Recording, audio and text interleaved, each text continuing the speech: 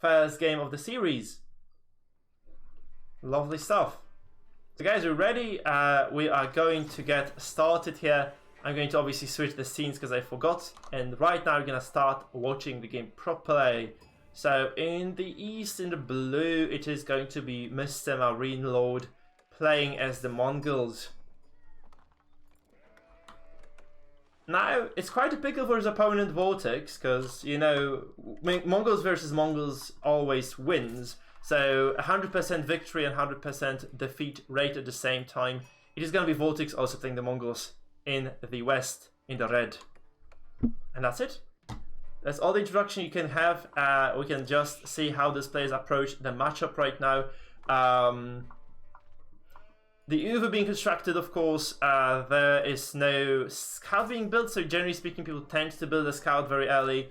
Like some of the players now, you see that MarineLorD does actually do this, which means that you essentially just kind of get a small advantage by getting the sheep early, of course, into your base, and you can build up nice economy through that. That's kind of the thing that you do. MarineLorD also starting with a stable here, so he's going to go for some early aggression, maybe trying to deny the Uvu. I think that's the play. However, obviously VortiX is no stranger to that. He's also going to open up with a stable, so I think it's going to be even Steven in the end. The problem for I think for MarineLorD essentially is that he's working with one villager fewer, because he had to build a scout. So he should have one villager fewer, like, overall, because scout and villager take the same time to build, yeah, 20 seconds. So I do think there should be a small economic advantage to MarineLorD, unless VortiX decided to get the second scout of his own. Now, so there is a single village difference, right, which is essentially going to mean that everything you do later than your opponent now. Slightly, you know, obviously this is not a big gain immediately, but over the course of the game, like, one villager lost, essentially he loses a villager by building the scout, right? So this means, like, you lose a villager, like, if the game is very, very even, you will be kind of working with, like, slightly less, right? So that's not bad for VortiX.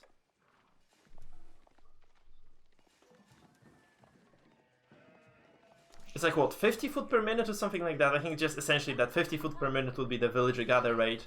Per villager gather rate anyway. So, yeah, good stuff. Good stuff for VortiX. Obviously kind of kills his opponent in the opener just by not building a scout. Absolutely magnificent.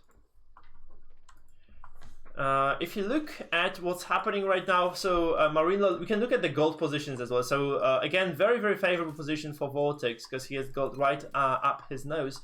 But this also means that his Uvu is very far, right? On the other hand, MarineLorD has a very close stone with very far gold. Once again, this means that this Uvu here is going to be easily defended, but the gold is going to require you to build a ger or a jer, whatever you choose to call those constructions. Now, this also does mean, however, that you might lose the Uvu, which is very, very expensive, and you don't really want to lose it all if you are MarineLorD indeed. So there are actually 2 horsemen constructed in response here, so you're going to push away the scouts, but just for a minute, or like actually for a few seconds, because there are additional 2 horsemen being produced and sent across the map by MarineLorD in response. So you see actually a small engagement over here. Of course, this is something that those horsemen do not want to do. You see MarineLorD actually microing like crazy, getting those nice surrounds and just kind of getting those horsemen trapped for another like couple seconds. Obviously meaning that MarineLorD is going to take a few additional shots on the Uvu. And even if he doesn't kill it, by the way, even if he just kind of breaks it to kind of forcing it to go on fire, it's going to be actually enough, because this means he gets the bounty for it. So of course it's kind of nice to just get the Uvu, and the Uvu is one of those very few structures for the Mongols. So I think the tower and the dock, right, that cannot be moved. So that is something that you have to remember. So this is not going anywhere. This actually means that there is going to be some sort of fight, essentially forced right now, from MarineLorD himself, right? So he's going to have this kind of stranglehold for now anyway. He's actually sending additional units across the map, so he's actually going to try to force a very early exchange between those units. And you can see actually this is kind of going the way of MarineLorD in here, so those horsemen are trapped again. So he's actually, I don't know how he does it honestly, but he's just microing this like an absolute madman, to be frank. So he's actually getting a lot of those kind of, because he's backing off of those kind of low HP units of his own. He's actually going to do a lot of damage here. This is crazy micro actually. You have no idea how hard it is to pull off something like this in a game like this. So VortiX does actually lose the can of all things as well. I don't think MarineLorD has lost a single unit so far. So it's going to be quite a painful situation, because I have no idea how long you can hold this if you're not really just, you know, making things happen. We can see by the VortiX is saving up some stone for a reason. I'm not really sure why he's doing this. He's actually going to invest into another kind of set of horsemen, because he does need to push it away. If he doesn't push it away very, very soon, he's just going to maybe not die, but he's going to be at a severe disadvantage. You know, this is kind of free income. And obviously, losing 150 wood is nothing that you want to kind of afford, right? That's really, really kind of difficult of a situation to be in. So you have to kind of take this fight. You're forced into this. That's what actually MarineLorD does super well, I think. He's just gonna force you into those uncomfortable exchanges, and he's going to kind of make sure that you do not come out ahead of those. I'm not sure what this kind of red jot is, but I'm not really sure what this kind of red thingy is that kind of flows around. But there's actually a lot of damage done to the can, actually. But yeah, VortiX is losing units. I don't think MarineLorD has lost much, actually. And VortiX is just kind of bleeding out units left, right, and center. So there are some additional fresh horsemen being constructed. And this is actually going to be a large commitment from VortiX, but he's going to maybe eventually clean it up. So this actually means that there is a cleanup going to happen. And the nice thing for VortiX in the meantime is he's actually been able to get enough resources to just go up to feudal. And MarineLorD hasn't been able to do this exactly. So if, of course, this doesn't kind of end up with a massive, massive screw up, and yeah, if VortiX doesn't just necessarily just immediately die here, which is not the case because I think he's taking nice trades, I think he has a nice upper hand here, because MarineLorD... Oh, never mind, MarineLord's actually going up to feudal already, I was wrong. I looked at it, I just kind of didn't see it. I looked at it, but I didn't just kind of quite see that.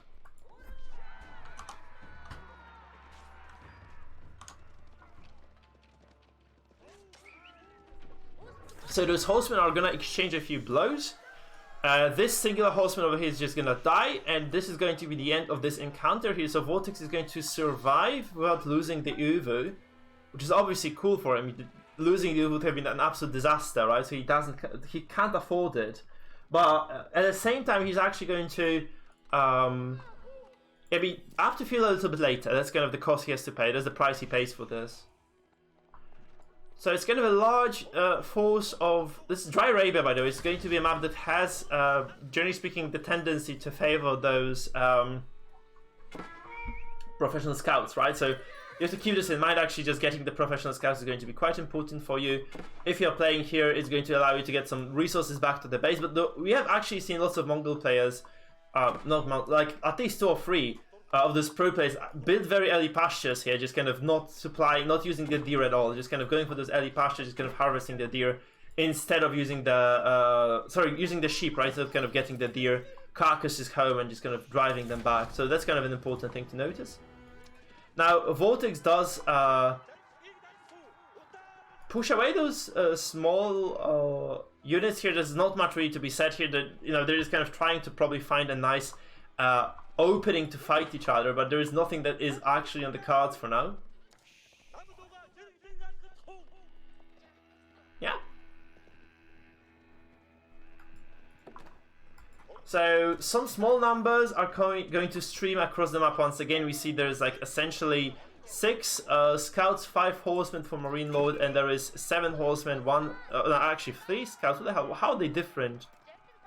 So do that. Oh, this. I think this is the can. That's the can. No, it's not. How the hell? So somehow those scouts are different scouts. I guess maybe there's the carcasses. Yeah, this might be carcasses. No. Maybe the TC scout counts like as a separate scout from the one that you just kind of produce naturally from this table. I guess that's the difference here. But anyway, we have those normal horsemen being upgraded for both parties. So it's going to be quite an even game for now. MarineLorD is just going to force some extra horsemen from his opponent. Obviously, this means that the VortiX here is going to have some small advantage in terms of army numbers. Now, I'm not really sure if MarineLorD is actually going towards those professional scouts at all. He actually has researched that, right? So he has researched those. He's going to be working with a very similar tech, I guess. Then. So yeah, they're going to pick up the carcasses. It's going to be the very, very similar kind of relationship between those 2 players as a result of this. And this means it's going to be kind of a slower passive air game overall. Do you guys know why I have not really seen this before. Do you get any benefits from building the pastures next to the Uvu?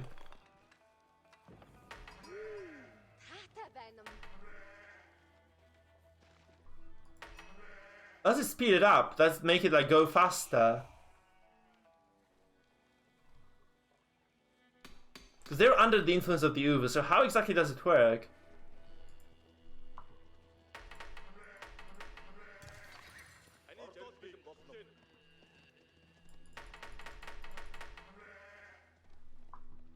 I just want to check it, like, is there a difference? No, there's... Oh yeah, there is a difference actually, I didn't know this! So there's actually a difference for the sheep. Because they're free, I guess they're just kind of double producing, like they're actually like producing at a faster rate. I didn't know this at all. So you see actually a nice engagement in the middle of the map right now, so there's actually... You can see how nicely VortiX is actually pulling out those head horsemen. He's actually going to take this fight quite handsomely at that. He's fighting lots of damage over here. Those very low HP horsemen over here in the south are actually going to probably die. Not really, actually. It's actually so nicely done for VortiX. So he finds a lot of favorable trades. He kills off a lot of the units of his opponent. Like, I think like 4-1 in the end. And VortiX is forced to kind of just tuck his tail away and just run.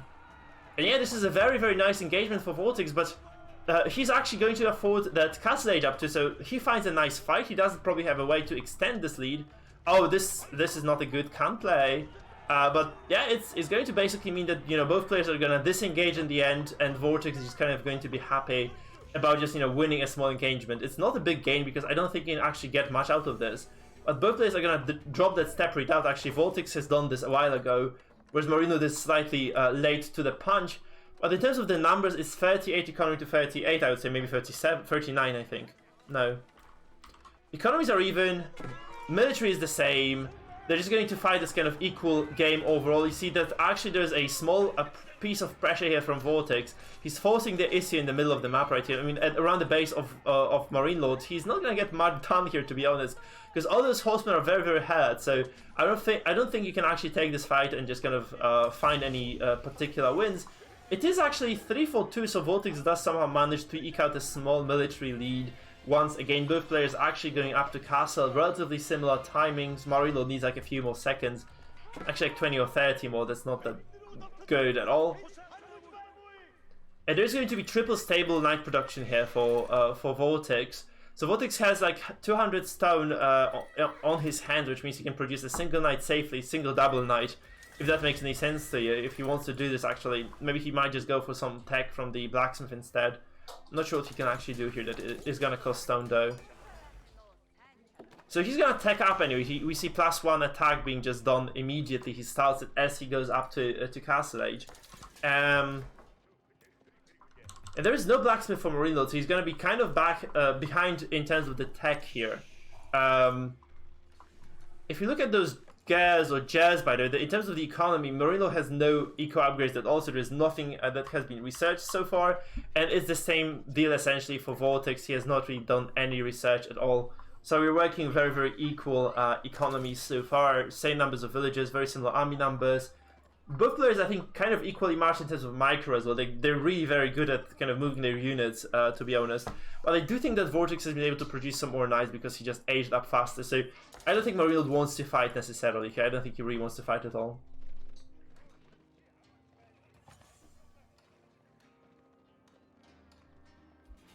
I need to drink some water, sorry, because I've been teaching all day long now. I'm actually casting for you guys, so my throat is relatively tired. Now we have a nice force now for MarineLorD, but that's like actually way fewer knights than VortiX has been able to master up. So if he takes kind of a direct fight right now, he probably loses, but since he gets reinforcements so far, so close from home, it's actually not that bad. So VortiX goes in for some reason. I'm really sure. So they use the defensive arrow, both of them I think, did actually pop the defensive arrow here. And in terms of trades, I don't think it's actually going to favor VortiX at all. He's going to bleed out all those horsemen who are very hurt initially. He does kill a single knight of his opponents, right? But actually VortiX is going to be against crossbows. I'm not really sure if he has crossbows of his own. So MarineLorD is going to go towards that crossbow pivot. Of course, crossbows in large numbers, especially very strong against those knights, because they can pierce the armor. I think like 10 crossbows or so is kind of critical mass that starts doing almost irreparable damage, right? So if your opponent has like 10 crossbows, you do need some sort of siege to counteract those nasty crossbow wielding units. So MarineLorD is going to also have a lot of food in the back. I'm not really sure what he's going to do with this. I guess, you know, producing both knights and crossbows is going to be very expensive in terms of gold, right? So I would wager that's why he's not really kind of producing that much with food. He has no kind of trash unit to fall back on. But neither does his opponent, neither does VortiX in all honesty, right? He doesn't have quite that much to go from there either. There is no prayer tent yet, and MarineLorD is going to go for his. So potentially he's going to be able to claim some relics. I'm not really sure how many he can get. Obviously also the sacred sites are up for the taking. And this kind of corner of the map is going to favor him. But right now we see a nice fight over here. So VortiX is actually going to choose to use the defensive arrow. And here we see this attack speed arrow used by MarineLorD. So he's going to get some extra attack speed on those crossbows. But overall I think this defensive arrow did actually favor VortiX quite a bit. He's going to win this fight quite handsomely because he's going to eliminate all the crossbows. He's going to probably take a favorable exchange against those knights as well. So he's going to... So VortiX is actually going to take this fight, maybe even the game. A very aggressive opener here for VortiX. He's actually going to really find a lot of damage at least. So he's going to at least take the military advantage. Maybe not completely win the game, but he's going to have a nice kind of number of units on the map that his opponent just cannot afford. Very good trading for VortiX here. So it is... Oh, he's going to also find out about those two knights. He kills one more. Which obviously is huge. It's just super, super important. You can just kind of pick off some of your opponent's units. It's just always going to be very, very big for you.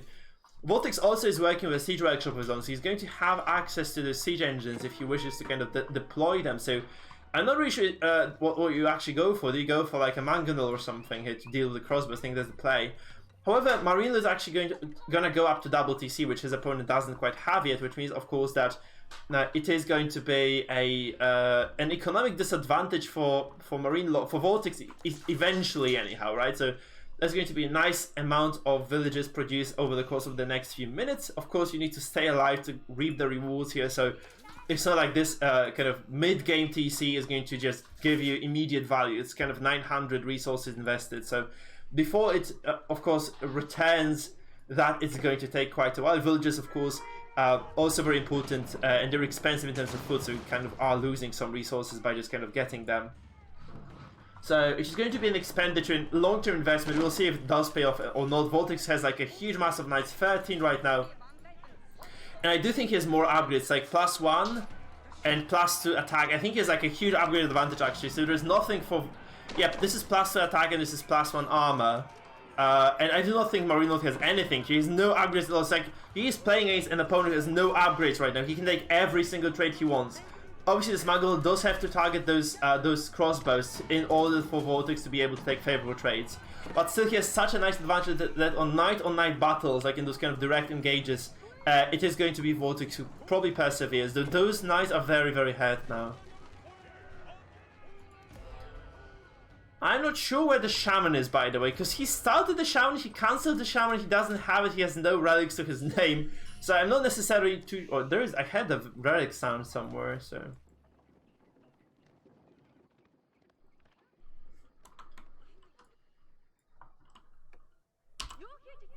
Where's the relic?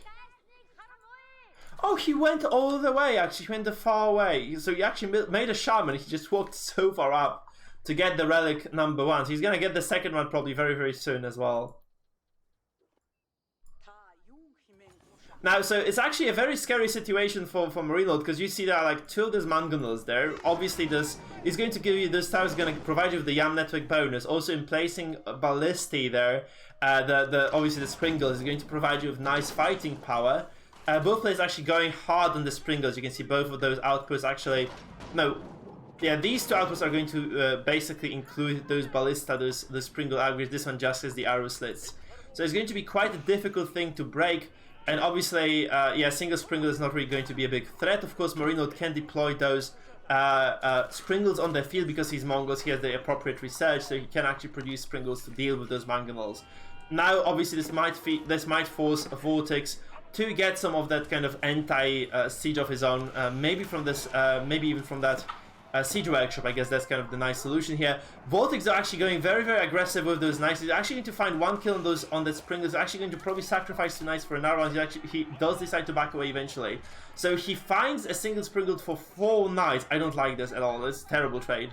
Because knight is almost worth... Like, I think knight is like a 70% worth of Springald. I think it's 250, 252 or 240. No, I'm really wrong here. No, that's not true. So 2 knights are worth a Springald. I thought this was somehow in my head it was more food than it is. So 2 knights are worth a springled, which means that he threw away 2 springles for 1. In a way, which was not worth it, of course. So we see that there's actually like kind of a nice aggressive proxy being built here. So we see 2 siege workshops, not 1, just 2 being deployed immediately. And there's also a conversion. Oh, that's a poor monk. He has been denied that relic. So honestly, VortiX built that. Sorry, MarineLorD built that prayer tent, but he's never been able to actually do anything with those monks. And this is obviously not too great for our blue Mongol player, because he invested into this. He kind of wanted to get something out of that investment. He never actually was able to get any relics back home. And obviously, the sooner you get them, the better. However, you can see there's actually a nice knight force over here. So there are 2 knights attacking those Mongol villages. I'm not really sure if VortiX knows this in the first place. Oh, he's actually busy with his own aggression. He probably doesn't find much damage, but those knights of VortiX are actually going to wreak havoc in those lines of the VortiX's villagers. So VortiX is going to lose like 4 villages for free. You have to also remember, VortiX has no extra TC. So even if they trade villages for 1 almost, it's still going to be eventually like a net positive game for VortiX, because VortiX does have double TC villager production, which obviously his opponent doesn't quite have yet. VortiX does, however, have a relatively nice bank that he's going to spend immediately. He's going to produce lots of those kind of siege engines. You see double springled production here. And essentially MarineLorD is getting a single knight at a time, whereas MarineLorD is producing lots of units there.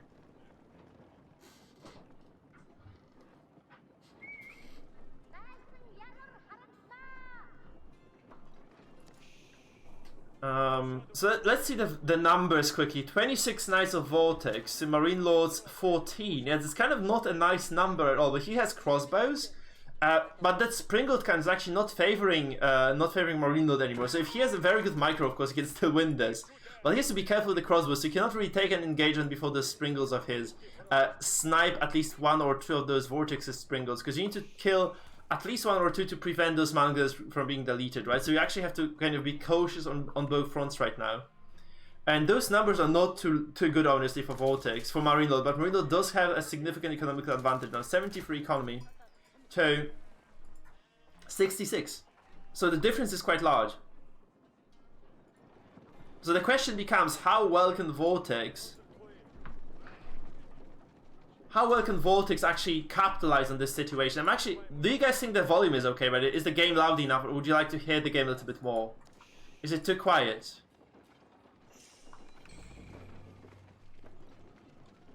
I hear a relic being picked up. Yeah, there's a monk actually getting the relic down. But there are actually lots of Mongols, there's lots of springleds too, so yes, you probably lose a trade initially, but oh, whoa, there's actually very nicely done from MarineLorD. So he's actually going to find a nice engagement. Initially, he's going to trade 1 springled for the springled and a Mongol. Now there's another springled being traded 1 for 1. And that's going to be that for now. However, there's actually another 1 for 1 trade. It's no longer actually favoring VortiX, MarineLorD, because he needs to be killing those Mongols. He cannot take a fight with Mongols on the field for his opponent. So that's kind of the scary bit, right? He cannot really take those fights at all, because the Mongols are going to force you out of the map. This is also going to force a step without mining operation here from mining at all. So this means actually there's another Mongol, so there's another springle being sniped, and obviously if you are VortiX, you don't really care about the Mongol fire, so you just want to snipe out those VortiXs, sorry, those MarineLorD's Mongols, you want to snipe down those springles of VortiX, of MarineLorD, so that they do not actually threaten the Mongols. So I just completely lost track of things here. So actually this is not the greatest trade of all for VortiX, so he does win the fight. MarineLorD does actually come out on top, because I think maybe VortiX was too busy microing the artillery. He actually never paid attention to this kind of ground force, and he gets actually shredded to pieces. Because I don't think there was a single Mongol firing throughout the fight on that crossbow lineup. And those, as I said, crossbows can reach critical mass, which is around 10. We have 9 right down the field. They were actually very, very efficient against those knights of VortiX. So VortiX finding himself at a slight numbers disadvantage. Of course, like MarineLorD, the longer this game goes, the better for him, because he has an economical advantage. He has never researched any sort of economical upgrades, I think. So we are at like plus 0, essentially 0 economy at all for both players, right? There is not a single upgrade at all done. Which is reasonable, because obviously they're expensive, they take a while to pay off. But in terms of villager numbers, sheer villager numbers, it is actually going to favor our French player. And obviously there is a relic as well there, so you can build another kind of mine, get that relic over to this prayer tent. And yeah, VortiX is going to be quite stubborn. He's obviously going to try to force a fight. I do think he should keep this Mongol away. So the kind of way this fight should go is that you try to force those unfavorable trades from your opponent first. Just kind of try to get those Springles to kind of engage on you.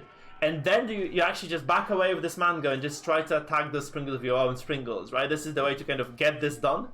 Obviously, there's actually a small assault over here of the Knights, but those are not doing much. They don't get anything done. Actually, there are 4... Is it 4 Springle in place? No, there's a single Springle in place. No, never mind. That is a bow. That's a bow. So those are arrow slits, all of them, right? That is the Springle placement tower. So it does have this kind of nice rectangular window, right, that shoots the Springle bolt. So this is very hard to harass. With 4 towers there, I don't think this is kind of something that can be attacked by the Mongol cavalry easily. Anyway, there's actually a counter strike over here. So while MarineLorD is not losing villages, VortiX is, and those 2 knights are not going to go down very easy because you have no towers here. First of all, I think you'd have just stayed. Actually, you'd have just stayed and made like 2-3 villages before he was going to lose those knights. I would really love to see VortiX build some towers here. Honestly, he really needs to get something going like this because he's very committed. Actually, just kind of this middle of the map play. But he has no double TC, so he's actually just kind of slower to the punch in terms of eco. He's like probably like 30 villages fewer, yeah, 20 right now, 20 villages fewer than his opponent, and he has nice upgrades. Of course, he has +2. No, MarineLorD is actually gonna have +2/+2 right now. So he has like +2/+2 for the no, I'm wrong.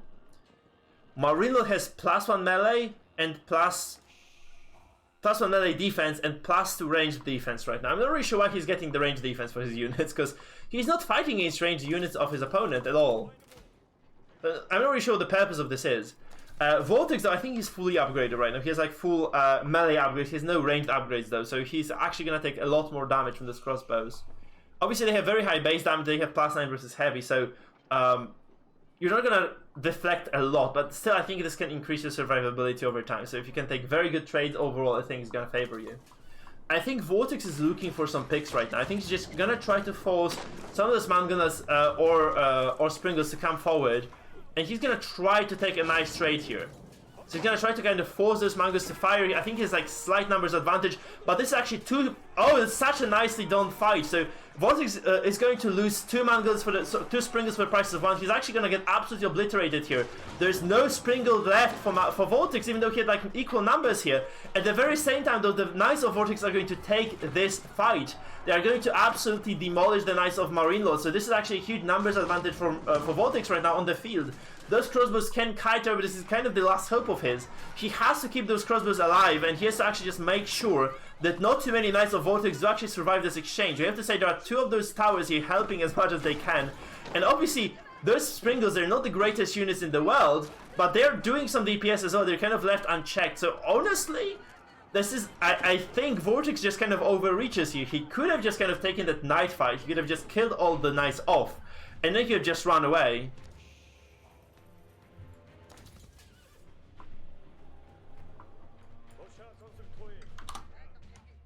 Why are you hating on MarineLorD so hard?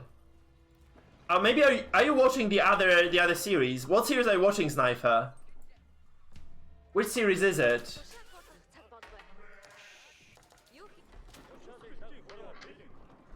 Because I think you cannot hear me then. I think he's behind on the clock.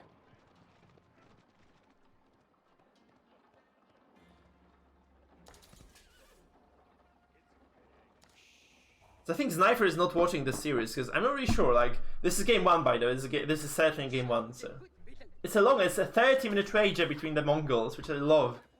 It's great. So the problem for MarineLorD is right now that he has maybe fewer forces, but obviously has so much more eco. You can see the number of pastures here. That's just kind of ridiculous. He has so many more villages. Like, I think he's just... Yeah, VortiX is like 73 to 104. So it's actually getting out of hand slowly, I think. Unless you can find some extra damage here as VortiX, you are actually just kind of slowly going to, just be bled out, I think. Because obviously your opponent is going to have a lot of resources available to himself. Just by the token of the fact that he has so many villagers more. So overall, like, if you can just kind of play this kind of longer sustained game, you don't even have to trade efficiently and you're still gonna win. So that's kind of the important part for VortiX right now, right? He has to win very soon, or he has to get the double TC himself and just maybe even triple TC to catch up right now.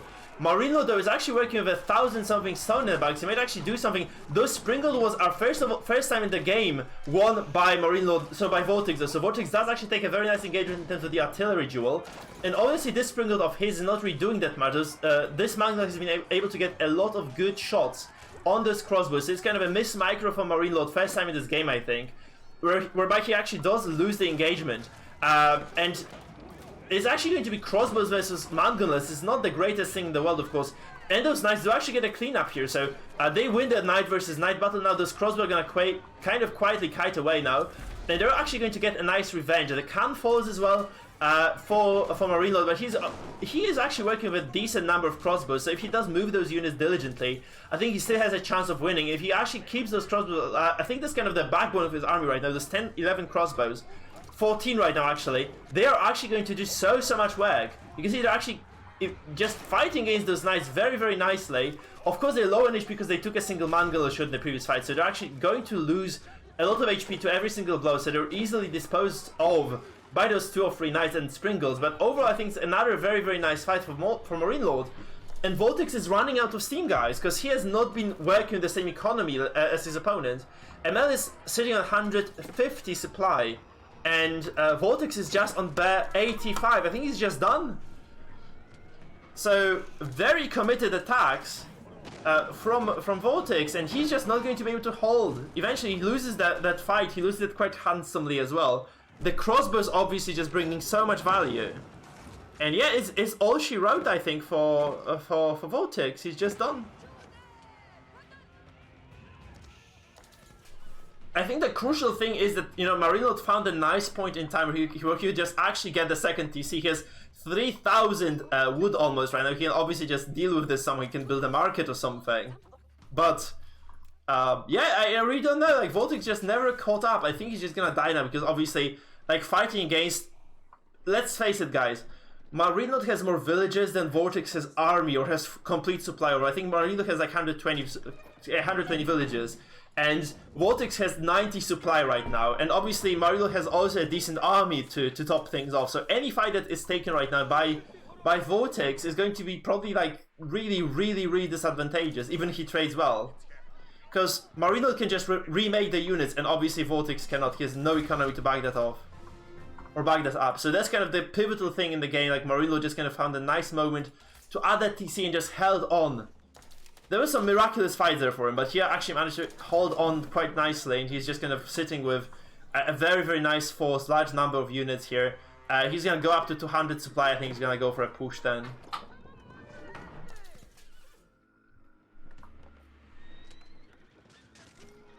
Okay, so this is going to be denied, obviously, so VortiX is not blind. He finds that that kind of nice proxy here. I think MarineLorD is just going to crush this fight. Like, anything that you do right now is going to end up with you dying, essentially, I think. I really don't see how exactly you kind of get it back now if you're VortiX. Because you're working against, like, 60 knights and 30 crossbows and 2 traps and, like, 4 of those Springles. You have 13 knights and that's it in Mongol. That's so sad, man. Like, you have essentially nothing to your name. And VortiX is just supply capped at this point. He has like nothing that can threaten him at all.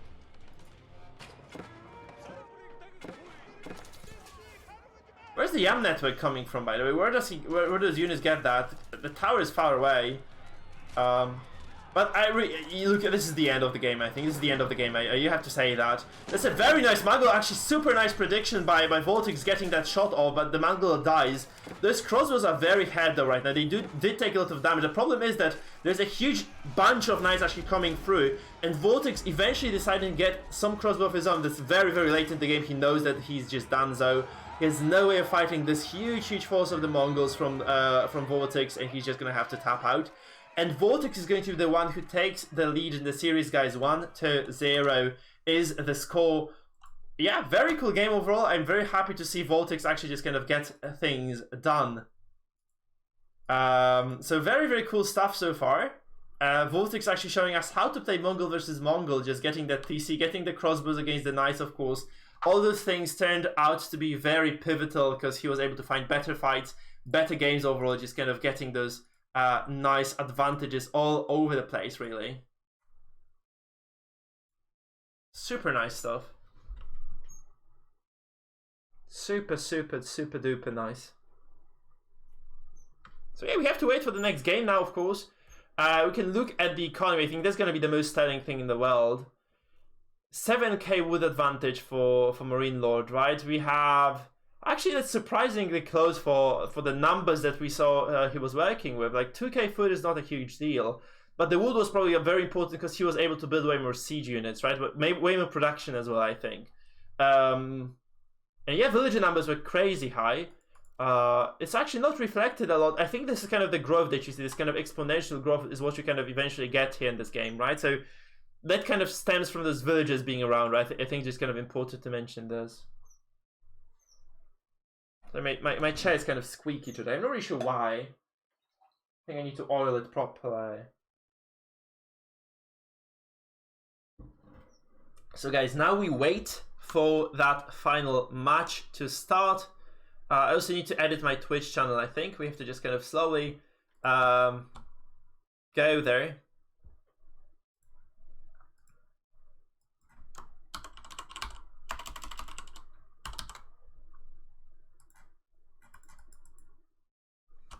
Yeah, we just have to wait now. We just have to wait for those players to get set up for the final game of the day.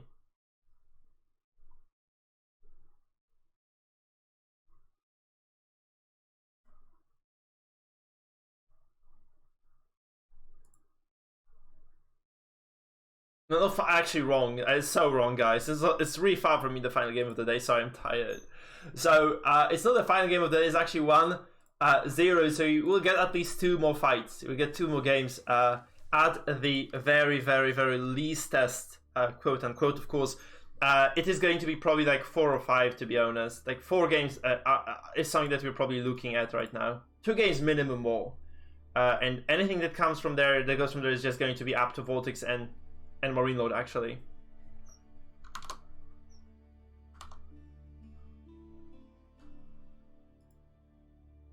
Okay, so those guys banned Mongols. So they banned Chinese and Rus, so those are gone. Mongols are gone as well. We are kind of down to a few civilizations. We might see French now. I think we will see a French matchup. This is probably going to force those guys to also go into the Abbasids. I think there's going to be also forcing those guys to go into the Abbasid dynasty games at some point in the future. So in this particular match, the very first match, the second match of the series is going to be HRE versus HRE, by the way. Which kind of means it's probably Boulder Bay? Do you guys think it's going to be Boulder Bay? Because I'd wager it's going to be Boulder Bay here. Given that HRE is just so strong in water now. Always has been, by the way. Unless, except for the moment when they had the Hulk meta, right? The French versus French was the only civ playable on the water maps. But right now I'm not really sure. I'm not really sure what we're going to be looking at. Right? VortiX, of course, is... Which of those players is better than HRE? Because Hera is my favorite pick, right? If I were to pick someone, I would just say Hera, 100% going to take those boys down. But right now, like, I'm really not sure at all. So we shall see, guys. We shall see indeed. Who is better on Holy Roman Empire in game number 2 of the day? Very curious. Very curious to see what exactly happens there.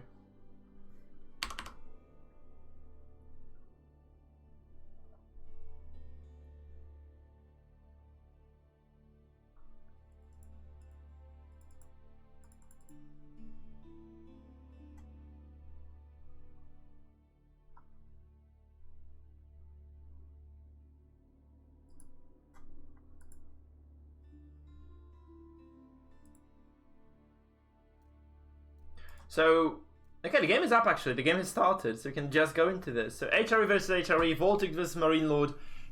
That's the second HRE versus HRE we get in the Winter Series, I think. We've seen this before. It's going to be very cool to see how exactly that pans out, honestly.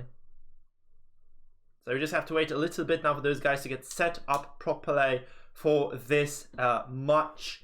And as they do get into the game, I once again would like to ask you guys to subscribe and follow if you haven't done that yet. I think most of you watching are actually faithful YouTube subscribers, so you don't need to do this. You guys have been around for a while. I think this kind of this baseline viewership that I'm getting, which I'm very, very grateful for, by the way. Welcome, guys. I'm very happy that you are there. That's the reason I'm casting in the first place. So very happy to have you folks over in the chat, of course. You are very much appreciated. That's something I have to say, like, obviously. Because I'm kind of performing, and that's just... Performing for nobody makes no sense, right? Performing for someone, though, very, very, very cool stuff. Now, those guys are performing as well. I think it's going to be Boulder Bay. Actually, no, it's very close. The spawn is way too close to the edge of the map for it to be a Boulder Bay game. It's Hill and Dale. It is Hill and Dale, guys. So, in the eastern corner, in the blue, it is going to be our Terran player from StarCraft 2, the French god of Age of Empires 4. It is going to be MarineLorD playing the Holy Roman Empire. The Germans, as they are called in some places of the world. And if you look at the other side of the map, towards the west, it is going to be VortiX in the red, playing the Germans as well. From Spain. From Spain he is. And Hill and Dale is a very tricky map, by the way. Thank you so much, by the way, for that follow. Bow Hunter 123. Welcome, mate. We are casting this particular game right now. The thing about this map and this matchup is it can go two ways. It really depends on the players, depends on the scouting, and it actually depends on whether you can get your scout inside of your opponent's base before they wall off completely. So there are two ways this matchup can go. The very first matchup, the very first possibility is that it goes like all the way towards the Imperial Age, and they just have this kind of slugfest. They just build up very high economy count. They go up to Palace of Shrabia, they build up even higher economy count, get the relics of them up, and then start fighting. That's possibility number one. Possibility number two is that, actually there are more, but generally speaking, HRE versus HRE can also end in a push. Because HRE are very, very kind of good at kind of infantry fights, right? So they can actually go up to castle, get some seed and just go. I've seen this happen quite a few times, actually. I was caught off guard because if you are playing against the HRE, you kind of assume naturally that your opponent is just going to go up to Imperial, just get the Shrabi and just kill you, right? So you just kind of try to essentially attack them as they reach Imperial Age, where they have nothing really to show for that. So that's kind of the thing that you're supposed to do, I think, is in HRE. That's what works for me anyway, just kind of going up to very fast castle, maybe just kind of even not fast because you're just getting double TC going up to castle, building a large force in Castle Age, a siege, infantry, archers, crossbows, whatever you really choose. But if you go there and then you attack, you probably just kill the HRE player who is going to just kind of rush that 11-minute, maybe even 10-30-minute Imperial Age, which is I think possible for the HRE players who are just really expert at the build. Now the second possibility though is that they just go and kill you before you start doing anything. I had that happen a few times. Those crazy men-at-arms pushes in Feudal can be kind of surprising. And of course, if you go up to castle, they are very, very good at just kind of skirmishing. Of course, they have very good income because, of course, this Arcane Chapel, this landmark that everybody builds these days, is going to provide you with a very nice kind of aura around this. Like every single villager in this aura is going to be gathering at a 40% increased rate, essentially benefiting from the prelate or pre-latte build. We call this guy a pre-latte because it's funny. Because the thing is, like, lots of the native speakers casting this game have been calling this guy a prelate, I think prelate, which is obviously a wrong pronunciation. This guy is a pre-latte, stand corrected native speakers. The proper pronunciation, of course, is prelate. That is the name of this kind of religious representative here. This is the pre-latte guys trying to get those buff on those units right now, on those villagers, trying to bolster their gathering by 40%. It's insanity. Pure sheer insanity indeed. His opponent here, of course, MarineLorD, is going to do the same. He's actually kind of faster to the punch, which is obviously going to benefit him quite well, because he's going to get this buff sooner. More villagers with that extra improved gathering rate are obviously something that you want. So you have like this nice kind of obviously very, very nicely placed Arcane giving your villages like kind of an all-around buff overall. Now this mill, by the way, deployed over here is going to start the professional scout because HRE loves their food in their base for obvious reasons, of course. Those extra gathering rates are quite huge indeed, and they allow you to essentially just bring extra food to the safety to kind of increase. So it basically means that you have safe food source that is also almost infinitely going to benefit from this Akin Chapel, right? Even though you have a single hunt in your base, like right here, the second one is away, so that's why people do this. I think just kind of getting that extra economy going is something that you do actually want to have happen. Now, I do believe that MarineLord is slowly running out of sheep, though, so it's kind of a problem right now. You see, it's not all villagers are consistently working. They're kind of close to kind of exhausting those deer. Resources, of course, not the greatest feeling in the world. VortiX actually went for an additional scout, that's why he's doing this. Of course, you do need to get those scouts out as well if you are VortiX. So MarineLord, so he's gonna get those scouts out right now. He's gonna get like 1, 2, 3, 4 now. He's gonna also move those villagers in towards that gold, so they're kind of not wasting their time. And it's looking like kind of a nice, clean opening here. I don't think there's much to be done else in kind of this small scout fight. Obviously, villagers helping a little bit with those little tiny funny daggers. You can see how much micros has been done by MarineLord. Actually, those scout fights, you do not want to take this guy to a scout fight at all. He is an expert with those little scouts. He's obviously coming from StarCraft 2, a very seasoned player, so he has really solid micro overall. VortiX, of course, no stranger to RTS games, no stranger to micro, but I do not think that anyone other than the Muslim, I think, can basically mirror the micro that MarineLord does bring to the table right now. Very good stuff. He can actually out-trade you in every single regard if you allow him to do so. You can see actually VortiX going for pro scouts as well as stealing those deer from underneath the nose of his opponent. MarineLord will probably just kind of catch the wind of that very soon, because he just needs to ferry those 4 carcasses back home, and then he will go towards this hunt. He will see some deer are missing. He'll probably just go across the board and just kind of take those deer instead then. No wars going out, there's no infrastructure indicating any aggression, just those stables here, just, you know, to bolster the economies by providing those free scouts, of course. Not free essentially, but they're just kind of not wasting the time with the TC, so that's just all there is. Very slow openings is going to be, I think we can predict it's going to be either a slugfest now, or at some point in the castle age, one of the players just decides to go full berserk, and then it's going to get very interesting, because of course the kind of the normal build for HRE is not 2 stables, it's 4. And you don't go for like 2 stables immediately, you go probably, I think that's what we're gonna see here, you go quadruple stable knights. I think that's kind of the basic build that you go for. If you can secure at least 2 relics, you essentially have enough to sustain the production of knights. So very cool stuff, of course, if you can get this going. I think just kind of preemptive, it's gonna be a preemptive stable number 1. More to come, of course. MarineLord is going to get this Akin Chapel age up going, and his opponent is going to follow in suit. You can look at the relics on the map. So this relic obviously favoring MarineLord, this relic also favoring MarineLord. Of course, those are very close to his base, but the VortiX does have 2 very close to his one as well, so those 2 probably his for the taking. The one here actually very close to VortiX's base as well, so overall it is going to be about those pre-lattes and how soon you can get those coffees on the table, or those adventurous monks on the board. You need to actually move them out very soon, because if you don't kind of get this kind of upper hand on the relics, of course you're going to lose this challenge. You see MarineLord, by the way, getting some horsemen out very prematurely here. He's just kind of, I think, cognizant of the fact that he can contest some of the relics, and he's gonna send some extra forces to support both his monks and also to support prelates, and also support his, or disrupt his opponent's possibilities, right? So he's gonna be trying to at least just kind of take away some of those potential relics from his opponent. I'm not really sure if he's actually going towards this relic. It's kind of unfortunate if he is, because he's going to kind of have it taken away from him.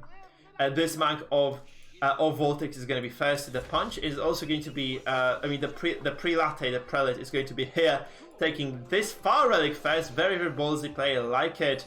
So he's going to go all the way to this kind of far relic, take it. He might actually get the nice economical advantage of, you know, 3-7 villages essentially mining gold for free for the duration of the game if he does claim all 3.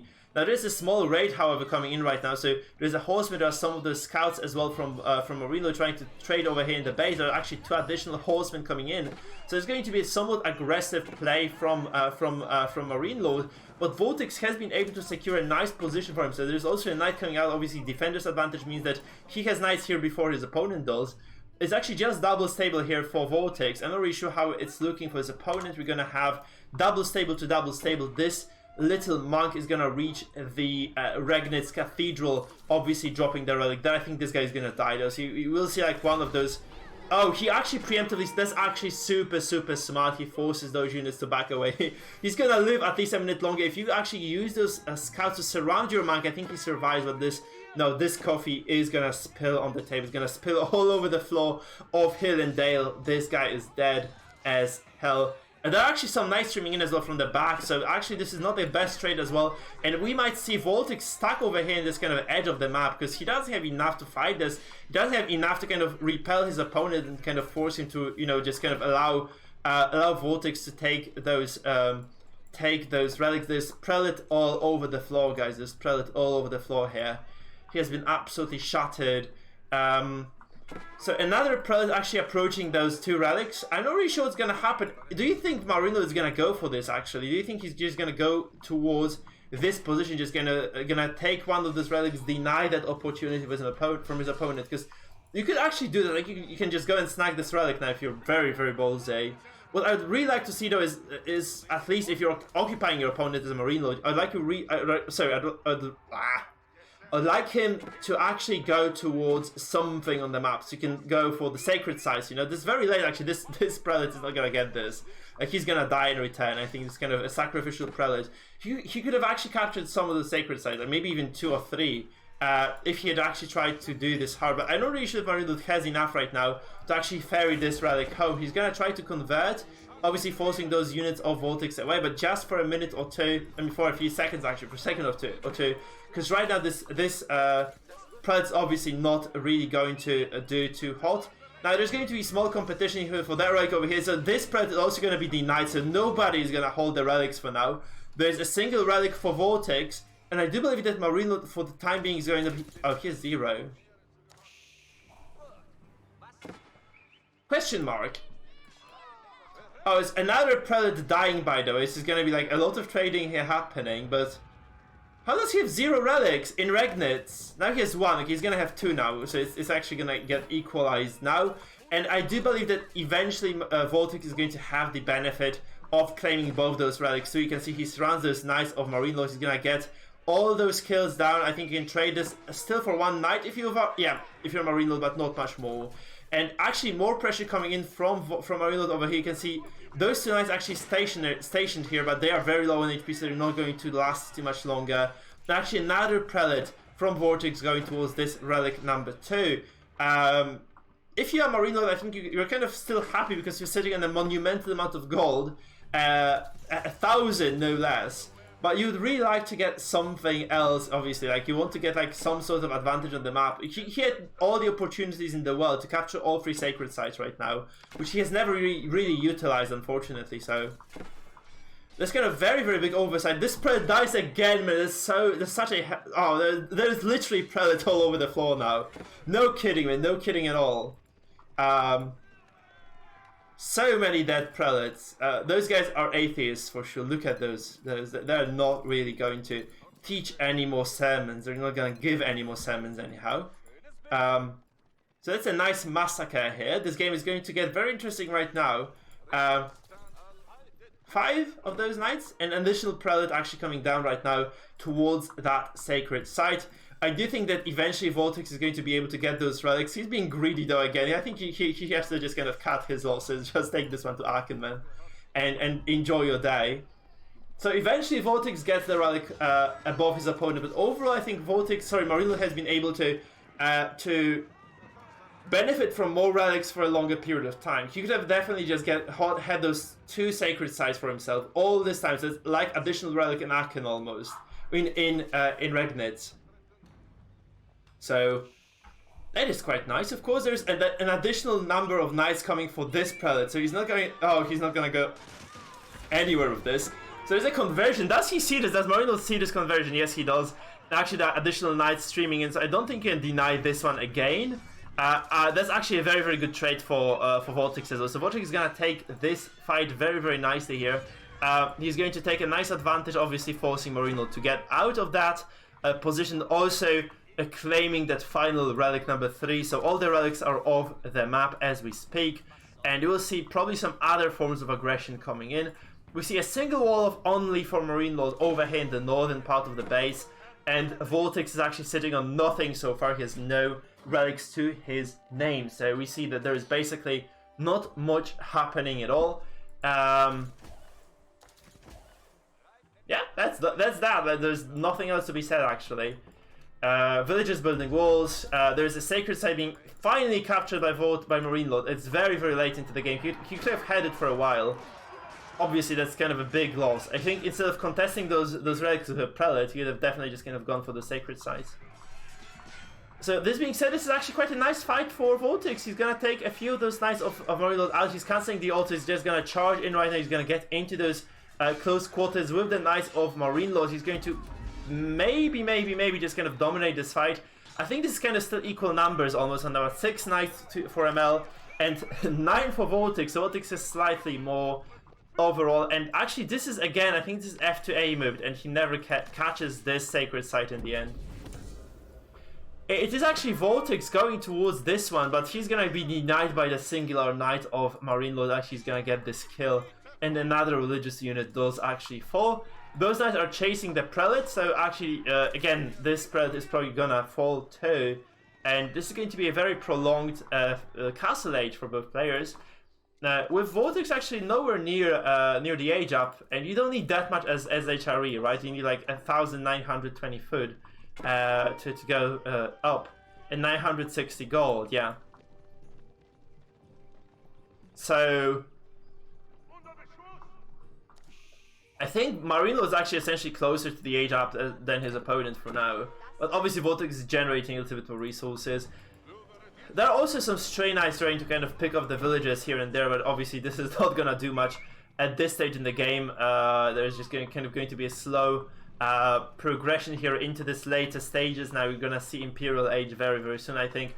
Lots of knights kind of here for VortiX at the foot of this hill and dale, and there's a knight falling for a single villager kill. I don't think that's too valuable at this point. We have 48 villagers from MarineLorD and 44 for VortiX, so VortiX has lost something here in those trades. He was also, I think, forced to produce some extra prelates so that he can get those relics. I think that's kind of the lost villager production time as well that he was forced to incur. It's actually a very nice sneak attack from MarineLorD, finding some extra villager kills. So obviously very, very nice for ML overall. VortiX actually spending some of those resources where he's producing lots of knights, but his opponent actually is walling off a stone. I think you should cancel that actually. This kind of is a clear tell. He's gonna go for Schwabia soon. He's actually very, very close. He's like 500 foot more. He's gonna go for Schwabia then. By the way, there is no wheelbarrow upgrade for HRE of VortiX. I'm actually gonna check on the other side. The mill doesn't have the HRE. Sorry, doesn't have the wheelbarrow. There is no products upgrade either for ML, so none of those players values those economic upgrades here. It's kind of important to note this. Neither of those players are actually gone for any economy, because this is so important to kind of, I think, keep high gold count. Now the important thing, however, is that MarineLorD has reached Imperial and VortiX is nowhere there, nowhere close to being there actually. I think you cancel knights actually. You should cancel knights and just go for your own imp. Because if you don't do this, like every single second that passes now is going to be though multiple villagers really lost. Like this is like, I know, 5 seconds, yeah, 5 seconds to produce a villager for 12 food. So it's essentially 3 villager printer going brrr right now for Mr. MarineLorD.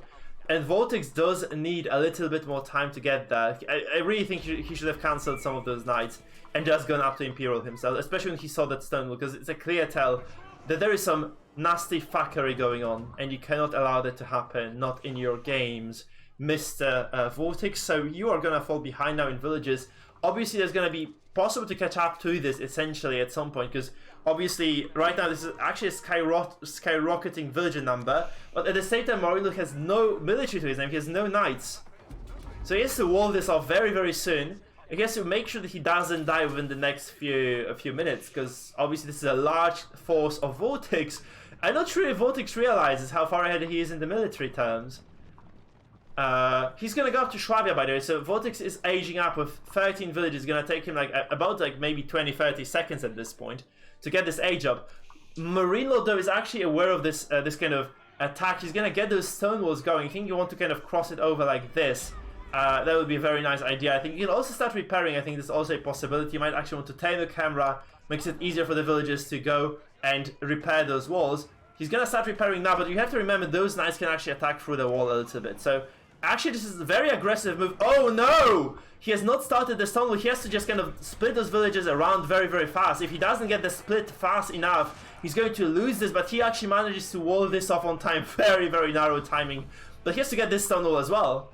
And this is actually very, very risky again. He has to go and get those walls very, very, very soon. If he doesn't start those walls immediately, he's going to lose the game. So he has to get this wall off very, very quickly. You actually have to interrupt this. You have to quick wall. You have to move those villages.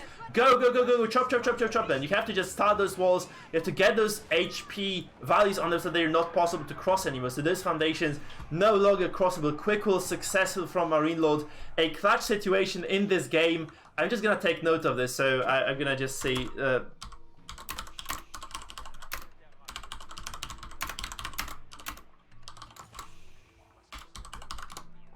we have some highlight reels for later. Importantly though, he gets this wall off, he stays alive, because you have to say this, like if those knights make it through those walls, VortiX is going to absolutely tear you apart. This is a huge knight army, this is 23 knights, probably with very hefty upgrades as well, so it's going to be very difficult for you to defend this. Now this actually does allow VortiX to take over not only those relics, but also take those sacred sites. Two of them obviously going towards him, third one actually captured too, so VortiX is working with a nice military count. He also has full control on the map for now, so he's been able to benefit from a lot of this kind of gold income. You can see this in the graph here, current resource and income per minute as well, basically tripling MarineLorD's income, 600 from Aachen to 1800 from all those sacred sites. Also I think he's mining somewhere. I think this is impossible. Yeah, it's impossible to get 1800 without any sort of kind of active gold income. There is a small clash of knights already, obviously actually elite knights for VortiX, even though it was MarineLorD who got up to castle first, to Imperial first. In terms of the villager counts, there's 70 to 100 something, I think. No, 87, that was close-ish. So we are printing villagers right now from this palace of Swabia. He's not going to use the TC because it's not efficient anymore. You're spending a lot of food on this. You really want to just kind of boom with your economy. We might see some upgrades for the wood as well. I think we are actually getting the first double road-axe here come in. We see some economy from for the mills as well. So MarineLorD is gonna go for +1 on the wood and +1 on this food. Also wheelbarrow done too. So horticulture and double road-axe and wheelbarrow done for MarineLorD. For VortiX though, it is essentially nothing. We see that there is +0 on everything, no wheelbarrow either. So it's going to kind of, I think it's going to benefit to some extent MarineLorD if he can stay alive in this game, because you can see there's a bombard cannon coming in, and defending against bombard cannons is of course not the easiest thing in the world. You really have to start repairing this wall if you want to have any hope of actually surviving in the series. Actually, this poor villager stray here, not really gonna do much. There's no upgrades for those knights yet, so those knights are not gonna benefit from much. There's a single elite knight actually in the base of VortiX trying to do some damage as well. Not sure about the universities and upgrades yet, but there's a cannon on the door knocking on this gateway of MarineLorD. So if this one falls, this is going to be an open base, and I don't think MarineLorD has enough on his hands to defend against this yet. So this is 30 knights to cannons against MarineLorD's 20 knights overall. So this is going to be maybe just it's not a good fight. It's just not a good fight at all. I think if you are MarineLorD right now, you're just trying to buy yourself some time, maybe outmaneuver those cannons. So you see actually those knights get a little bit of free time with those cannons right now, and they're going to go for this pincer maneuver. Obviously some of the knights of VortiX are not there, so it's actually a nice opening fight for MarineLorD. He can actually take out some of those knights out of the equation. Obviously damaging the cannon is obviously quite important too, but VortiX does seem to have more knights overall. Like in total, I think there's a large production line for VortiX Obviously, defender's advantage for MarineLorD is going to allow him to reinforce faster, but knights do move fast indeed, and VortiX does take game number 2 as well. This decisive push is all it takes. He comes into Imperial Age late, but he does manage to win this crucial fight, out-maneuvering his opponent, getting more units on the field, and eventually just kind of out... I have no idea how this happened actually, but military count does tell it all, does tell the full story. I think MarineLorD just kind of rushed Imperial too fast. He stopped producing units, and eventually, he never had that's the problem for MarineLorD. He never had the count of knights that, VortiX started the age up with. Because look at this. Like, he has had, essentially, VortiX had more knights at 18 minutes or at 16 minutes than MarineLorD had at, 24-minute mark. So it's just kind of insurmountable difference. Just better macro play overall. Just very disappointing ending to the game. You have to say that, because you were expecting something more from this game, but obviously still very, very good stuff. Guys, again, I encourage you to follow and subscribe if you haven't done so yet. If you're on YouTube, drop that sub. It costs you no money, of course. You can also decide to buy the membership for the channel for free, $5 or $10 a month, and this is also going to give me some extra benefits as a streamer, of course, because it is some money that I get for streaming overall. So this being said, no self-advertising to be done. Other than this, I'm just going to wait for those guys to start game number 3. We might see very, very short series because VortiX is 2-0, 2-0 in this game. It's not looking too hot for Mr. MarineLorD at all.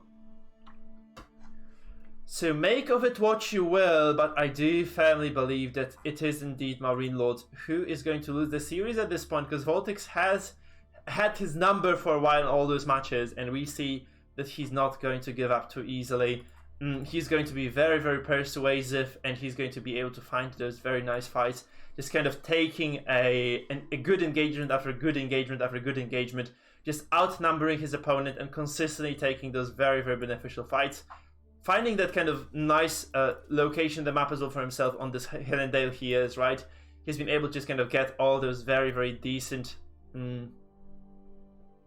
points of pressure and occupy all those relics. Just getting lots of things done overall. I think this is just, it has been a stellar game from VortiX again. Just, just ahead of pace. Because this is a mirror matchup on a map that is very, very symmetrical.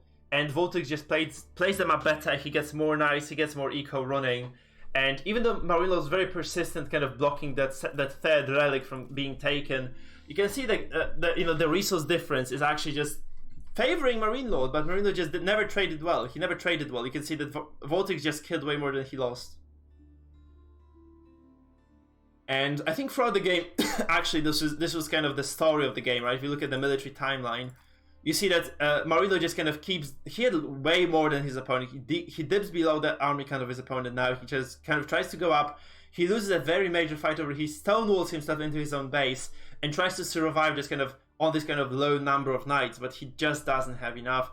I think he also threw away some nice terrain to harass. Of course, that's not the optimal play, because obviously you are never going to outkill Palace of Schwab unless you have 30 or 20 knights in your opponent's base. So obviously in this case, not the right play. MarineLorD had the quick fingers on those walls, but it was just not enough. The bombers come, they just wreak havoc. And MarineLorD is nowhere near having enough army count to contest VortiX. VortiX, of course, not sitting on the biggest knight army in the world. Obviously, 35 military supply is not necessarily the biggest number of units in the world, but still he had enough to take the game. That's all that matters in those games, in those series. We're just going to go into into game number 3 right now. It's going to be Delhi versus Delhi, another mirror matchup, by the way. Yeah, we have 13 seconds, so we're just going to kind of chill. And we're going to see some ships fight some other ships, I believe. That's going to be the name of the Delhi matchup. Very frequently, it is just the ships versus ships. And I do think VortiX, again, one of the very first players to adapt to Delhi's playstyle. I think he has a very good idea as to how to play the civ. and I will trust in Mr. VortiX in the series. However, of course, if MarineLorD can take it back, it is going to be his game as well. So, without any further ado, it's going to be Danube River, I believe it is Danube River indeed. It is going to be MarineLorD in the blue playing the Delhi in the southern end of the map. In the north, in the red, it is going to be VortiX. 2-0 in the series, currently trying to win the entire tournament. If he can take this one home, he's going to win the tournament 3-0 against one of the best players in the world, no less. So it's going to be a very impressive victory if he does manage to make it work. And he is going to be VortiX. Now the opening, very early rush towards this dock. Both players actually starting in a very similar timing here. Getting this dock near this shallow here for VortiX. I'm not really sure like why people do this in different kind of angles. Some people prefer to have the docks over here. Some people do actually prefer to go towards this kind of bottom. Water says, thank you so much for that. $5, welcome. I mean, man, I'm bad at this because I haven't had a donation in a while. Thank you so much, mate. Thank you, thank you, thank you. Very much appreciated. Very much appreciated indeed. Thanks, mate. Lovely, lovely, lovely. Thank you. I'm very glad that you're enjoying yourself. Now, if you look at this, this setup, so people prefer, some people just build the dock over here in this kind of narrow edge of the map, which means you kind of obviously can wall this section of the river off, like even create this kind of cross with the wall, right? Just kind of crossing this so that nothing can pass either vertically or horizontally. That is one of those kind of very, very cool features of those docks.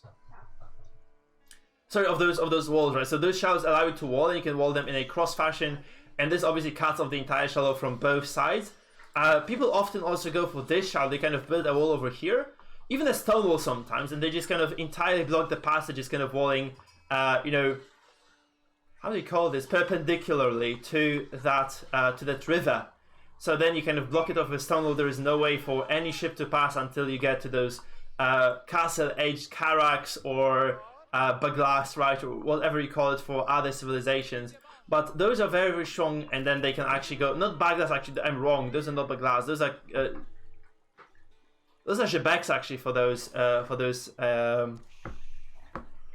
Arabic civilizations, right? And they can actually crush those walls, and they can actually go over them. But if you get a stone wall early here, you can basically just assume you're going to be safe, and you're going to have some access to this side of the water of yours. Now the problem is, of course, that sometimes someone will just be very, very smart, and will just go towards this kind of far edge of the map, drop a dock over here or over here, if you don't have any vision here, of course. They'll start producing military ships from that dock. And they will surprise you, like, of course, like if you are feeling safe, because of a stone wall, you don't usually build any military ships, of course, right? So, getting caught with your guard down is not the most pleasant feeling in the world, and losing to a single explosion just kind of detonating in the middle of your fishing armada is not the nicest feeling in the world, of course. So, that being said, those fishing ships are not going to be threatened yet. We see 4 over here for Delhi of VortiX and 5 for the Delhi of MarineLorD. And there is also a small scout skirmish. Of course, MarineLorD wins it, no surprises. He has not lost a scout skirmish in this tournament yet.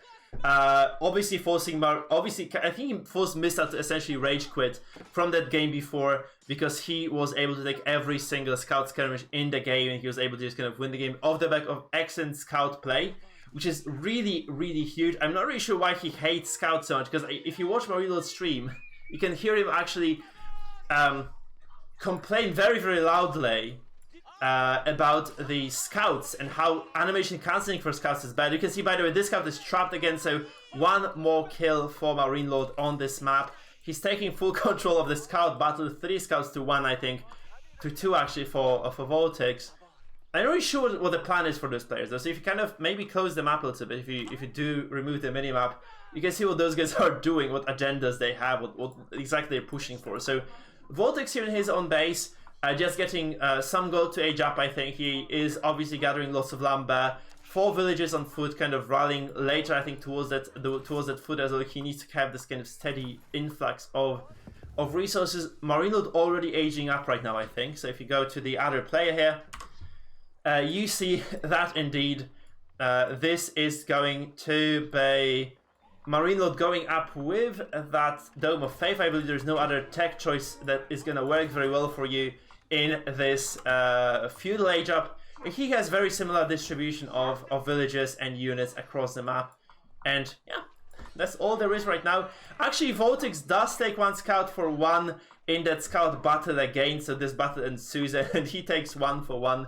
MarineLorD actually not getting...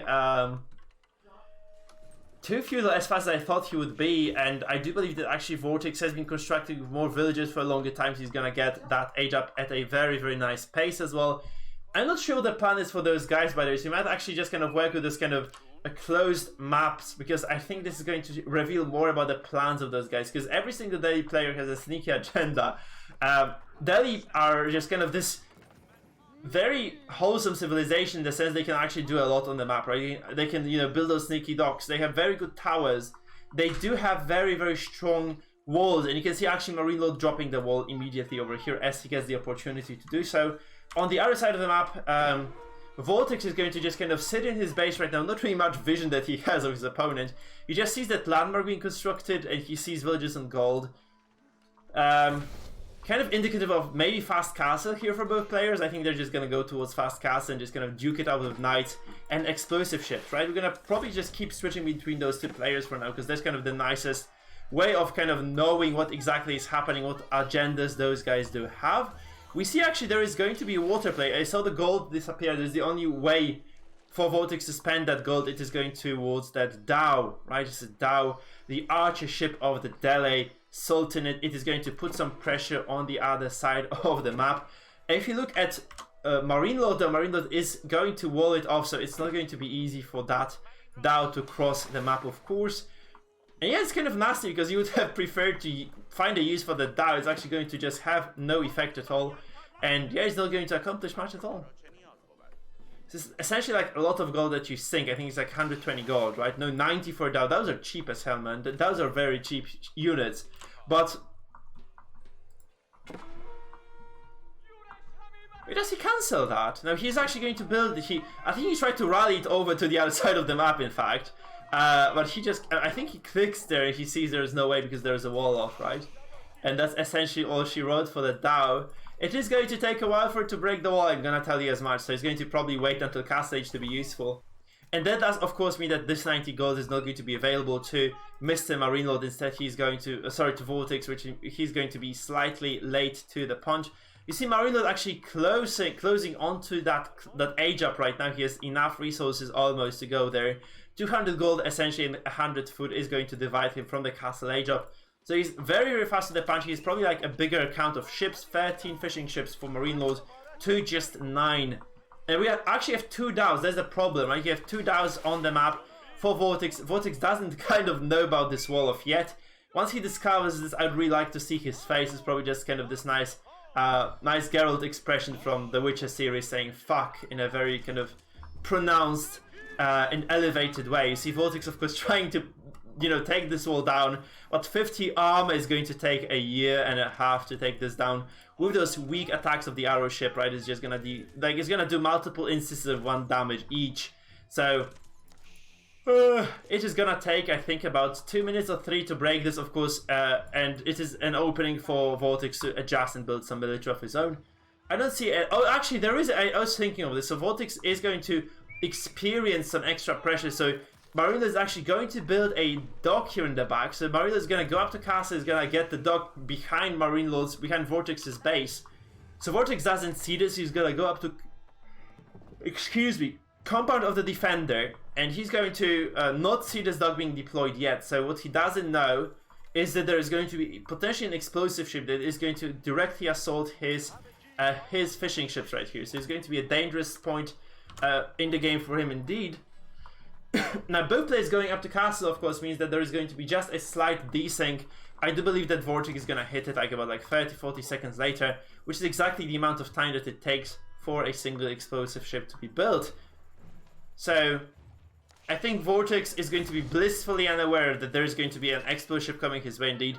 This is the play from MarineLorD. He's going to deploy the dock over here, and he is going to be able to just put on the pressure on VortiX's lineup of fishing boats. I think if VortiX doesn't see this, it is going to cost him plenty of money to get it going. Of course, VortiX does also lose a relic that is very, very close to his base. I mean, actually, it's in the middle of the map, let's face it. He walls himself off, which is not going to really do that much because there's a dock here that he doesn't see.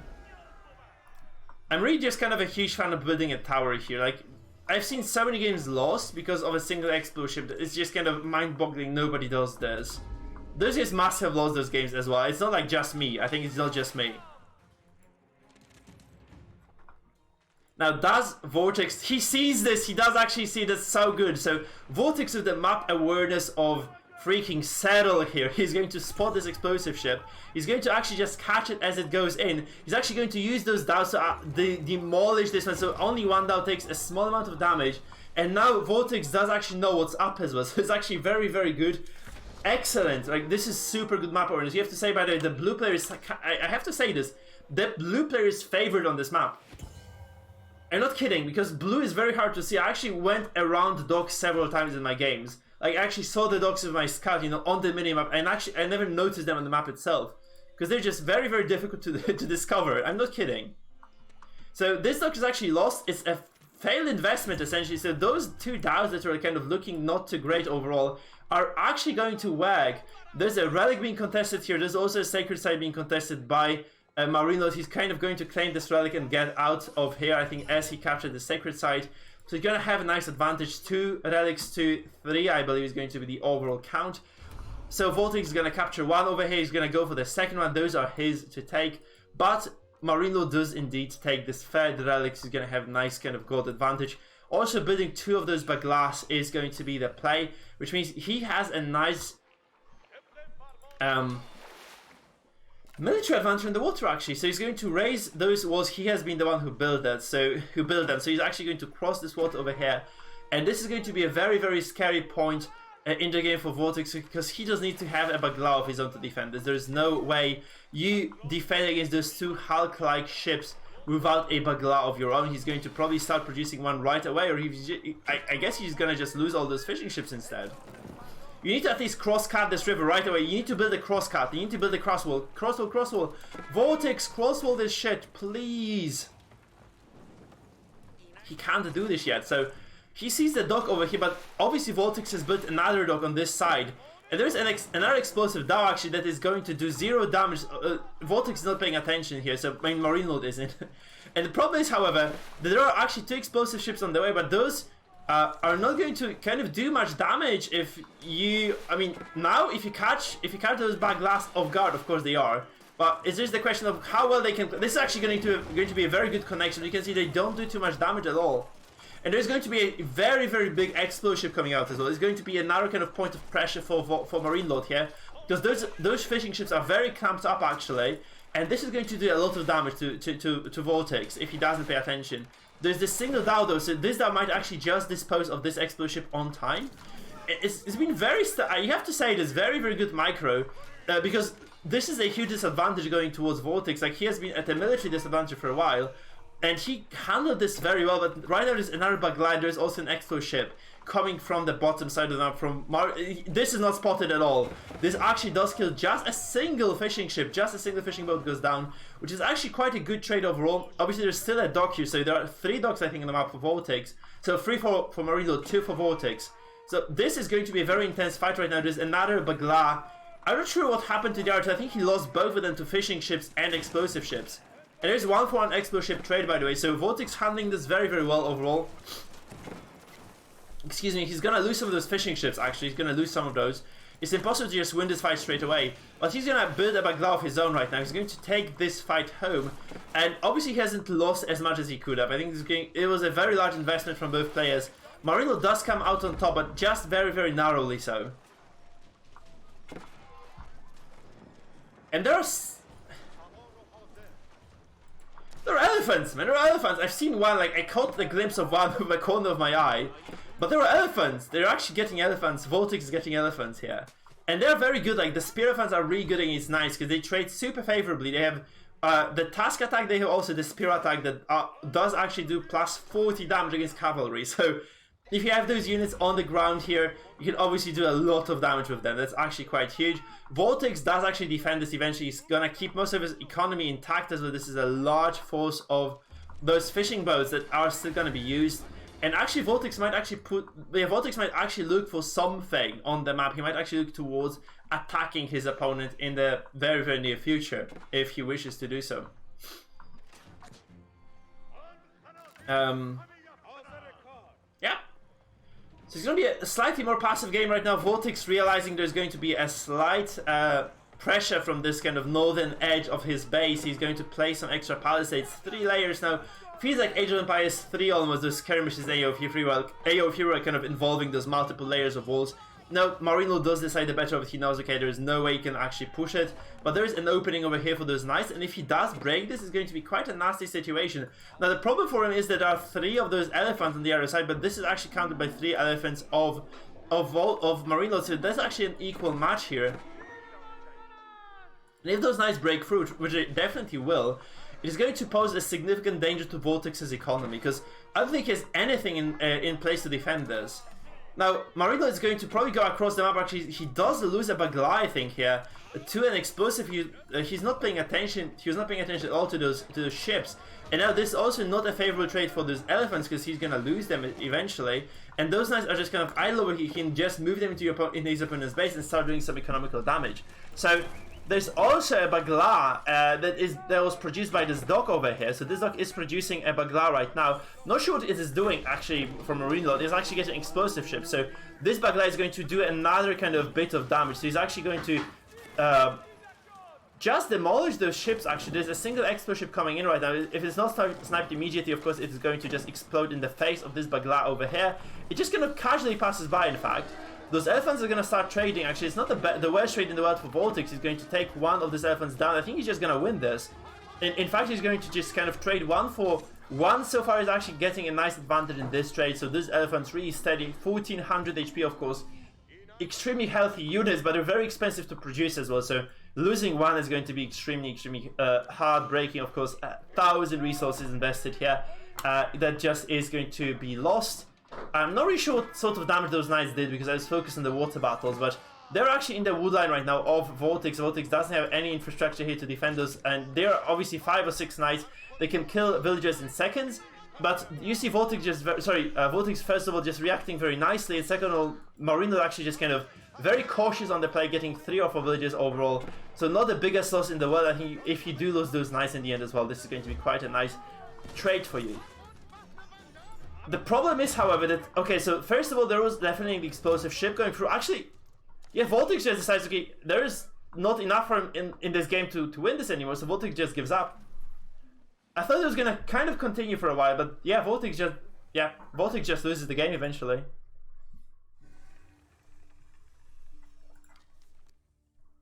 Surprising ending to the game, honestly, but it is an ending nonetheless. So VortiX just kind of, I think he bled out too many resources. He lost the water. It makes sense, right? It makes sense for VortiX to give up, right? Because he lost the water battle. He was kind of not getting enough income.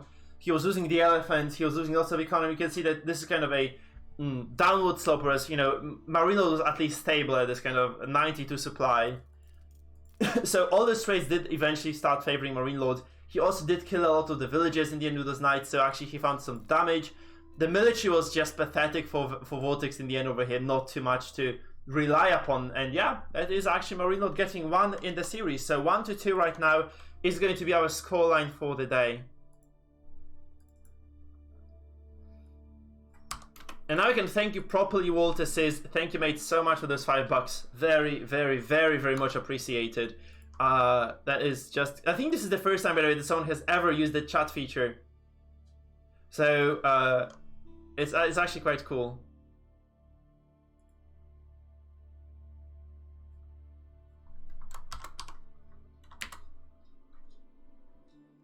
I've never seen Super Chat used before on YouTube, actually, which is very, very nice to see this now. So thank you, mate. We're gonna wait for the next game, of course, as those guys get set up for game number 3 and game number 4 now, actually. So we just have to wait for those guys to set it up. I think they have to do a draft now again. I think they have to do a draft for game 4.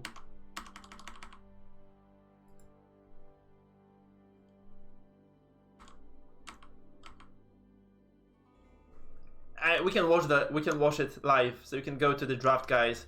So they're going to be drafting the civilizations for the next game. So MarineLorD is picking, and it's going to be picked by VortiX as well. It's going to be the Abbasid for MarineLorD, it's going to be the English for VortiX. And you have to say that if you are playing the English, you are heavily favored in this matchup, unless the Abbasids make something impossible happen. We've seen Abbasids win, but it does take a lot of attention and a lot of kind of patience from the Abbasid player. Actually, you have to be very, very conservative and just defend like a god. And obviously, you have to kind of dodge the tower rush. If you don't, you are screwed. So, very quick picks and bans. That's hype. That's really hype. So, excuse me, setting up for the game number 4 of the series. That's wrong interface. That's the correct one. English against the Abbasid it is, ladies and gentlemen. English and Abbasid it is. So, just getting started right here for the final series, potentially of the final series of the day. 2 games at most dividing us from the end of the tournament, and the winner does actually get a significant prize. I think it's going to be like $1,000 and something for the first place. It's $3,000 prize pool, I think, so it's quite a decent tournament overall. Even if you go second, of course, you get a prize. And you do get those circuit points that kind of promote you to that main event in this Winter Championship series, or Winter Championship actually for Age of Empires 4, which is going to be also hosted by EGC TV later on down the line. You see the logo there in this kind of upper right-hand corner of your screens.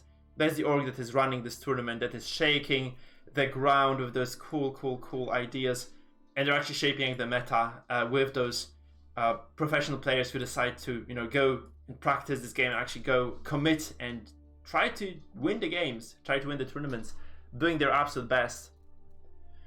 We saw Hera fall today, we did see Mista fall today. We are down to 2 players overall. They're actually starting the game as we speak.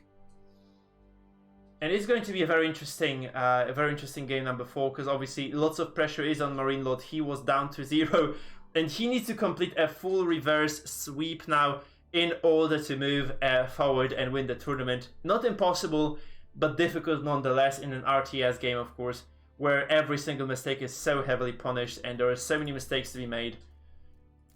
I think it's going to be pivotal now that they go into this next game, and MarineLorD does actually take this one from the very, very early moments. He has to just establish control against the English. He can never drop the ball. If he does, he is going to be in a lot of trouble.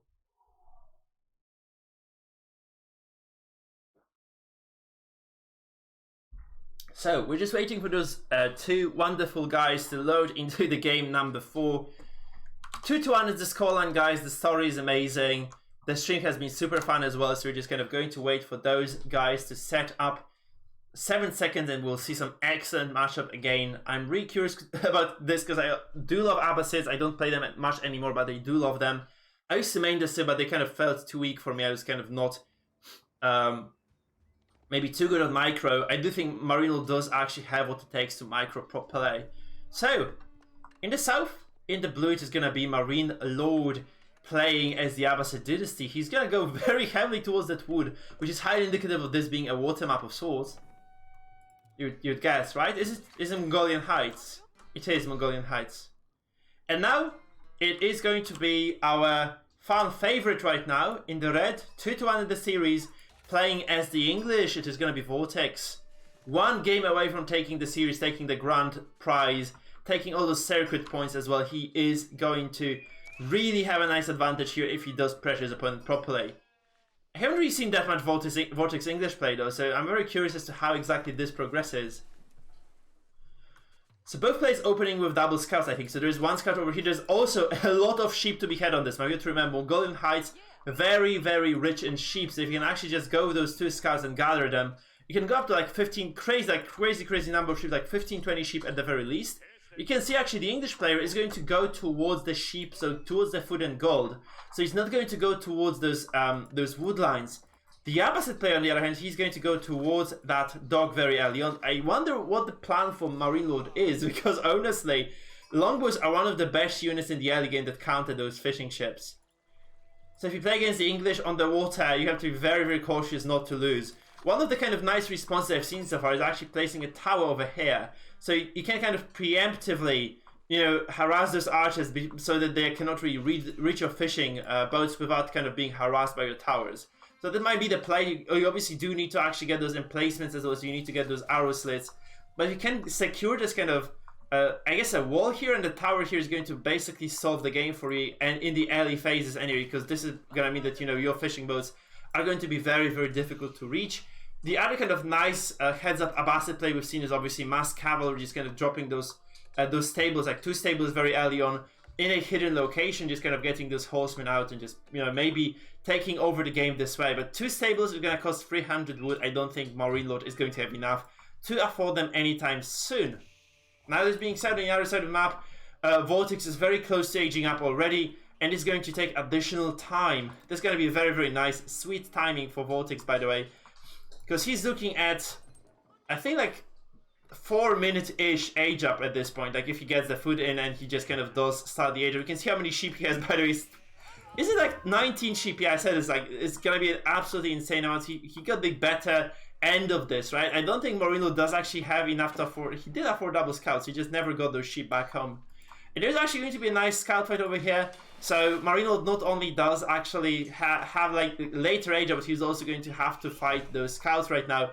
And until the moment when he can produce like normal units, he's going to be forced to just return to those scouts, just kind of use them as the only kind of line of defense. So of course, not the optimal scenario. MarineLorD really far away from getting that age up, right? He's not started yet. He's actually quite a long distance away from getting that. It does take a while actually for this to kick in. So 2 minutes. He's going to be around like 6 minutes something actually. It's very, very bad. I don't like this start from MarineLorD at all, because he's going to be very late to feudal. And against the English, who are just very, very good at getting very early, you know, this kind of early pressure and just keeping it, I don't think this is the optimal path at all. I mean, I hope he proves me wrong, because I do love the Abbasid. I do love to see Abbasids winning, but this is not looking optimal. So, because for the Abbasid specifically, if you're going for fishing, you can kind of get that later age up. It's fine because you still have like a lot of villagers. You can, you know, just kind of commit a large number of villas in towards that age up building, right? And you can just drop the landmark with like 7-8 villages, get there momentarily. That is not the case for our Abbasids, because they have like this fixed timing, 2 minutes. You cannot do anything about speeding it up. He starts it at 420, so it's gonna be 620, 420, yeah, KW, right? He's gonna start it at 420 though. It means 620 is going to be this point at which he starts getting those, you know, feudal techs.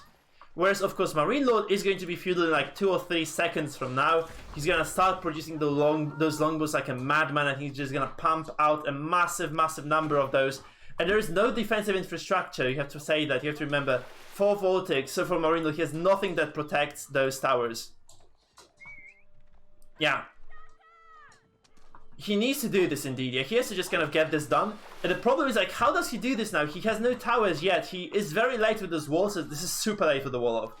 He should have really done this, like... I'm not really sure, like, he does win the scout war, like, because it's MarineLorD, of course, like, he never loses the scout wars, this is kind of one of the feature of this player. But he's never gonna get this wall of completed. And he's gonna get completely denied here. Those archers are going to go and walk over this this narrow kind of passage here. And MarineLorD has clicked up, like, he's halfway through there. So if he just managed to salvage, though, he manages to salvage those fishing boats.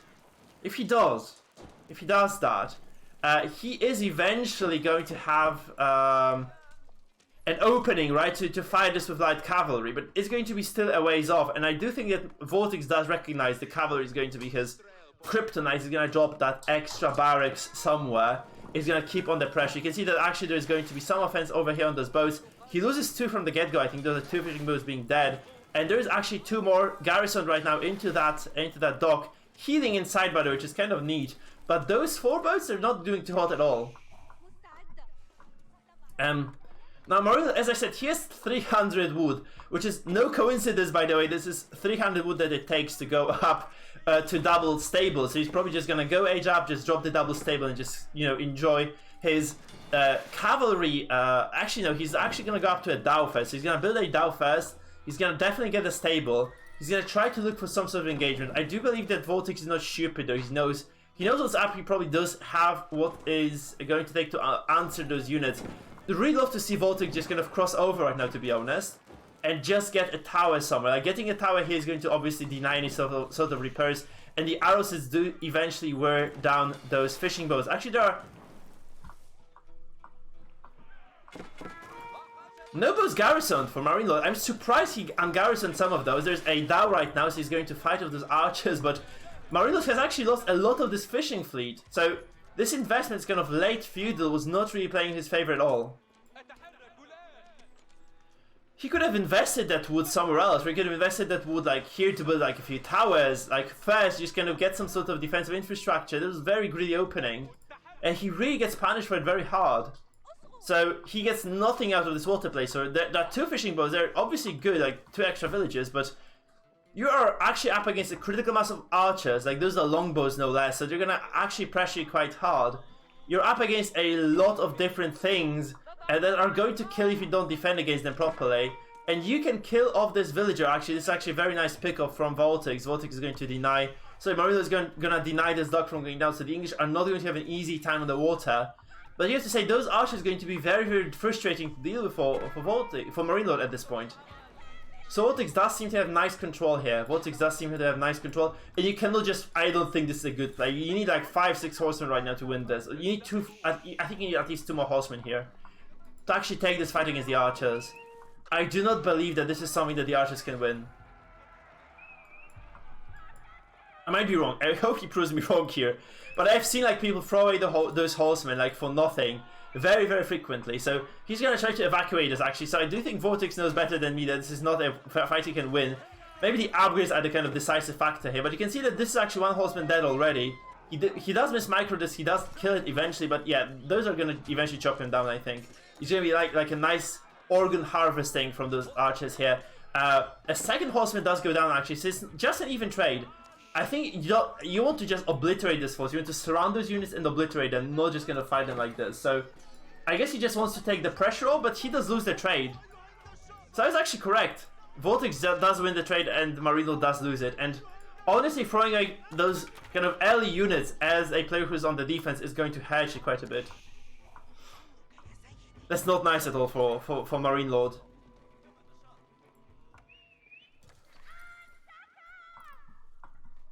Now there's nothing on the water, literally nothing, because I do think that the patrol has been kind of diligently done by MarineLorD, so he's gonna prevent any sort of docks from going down.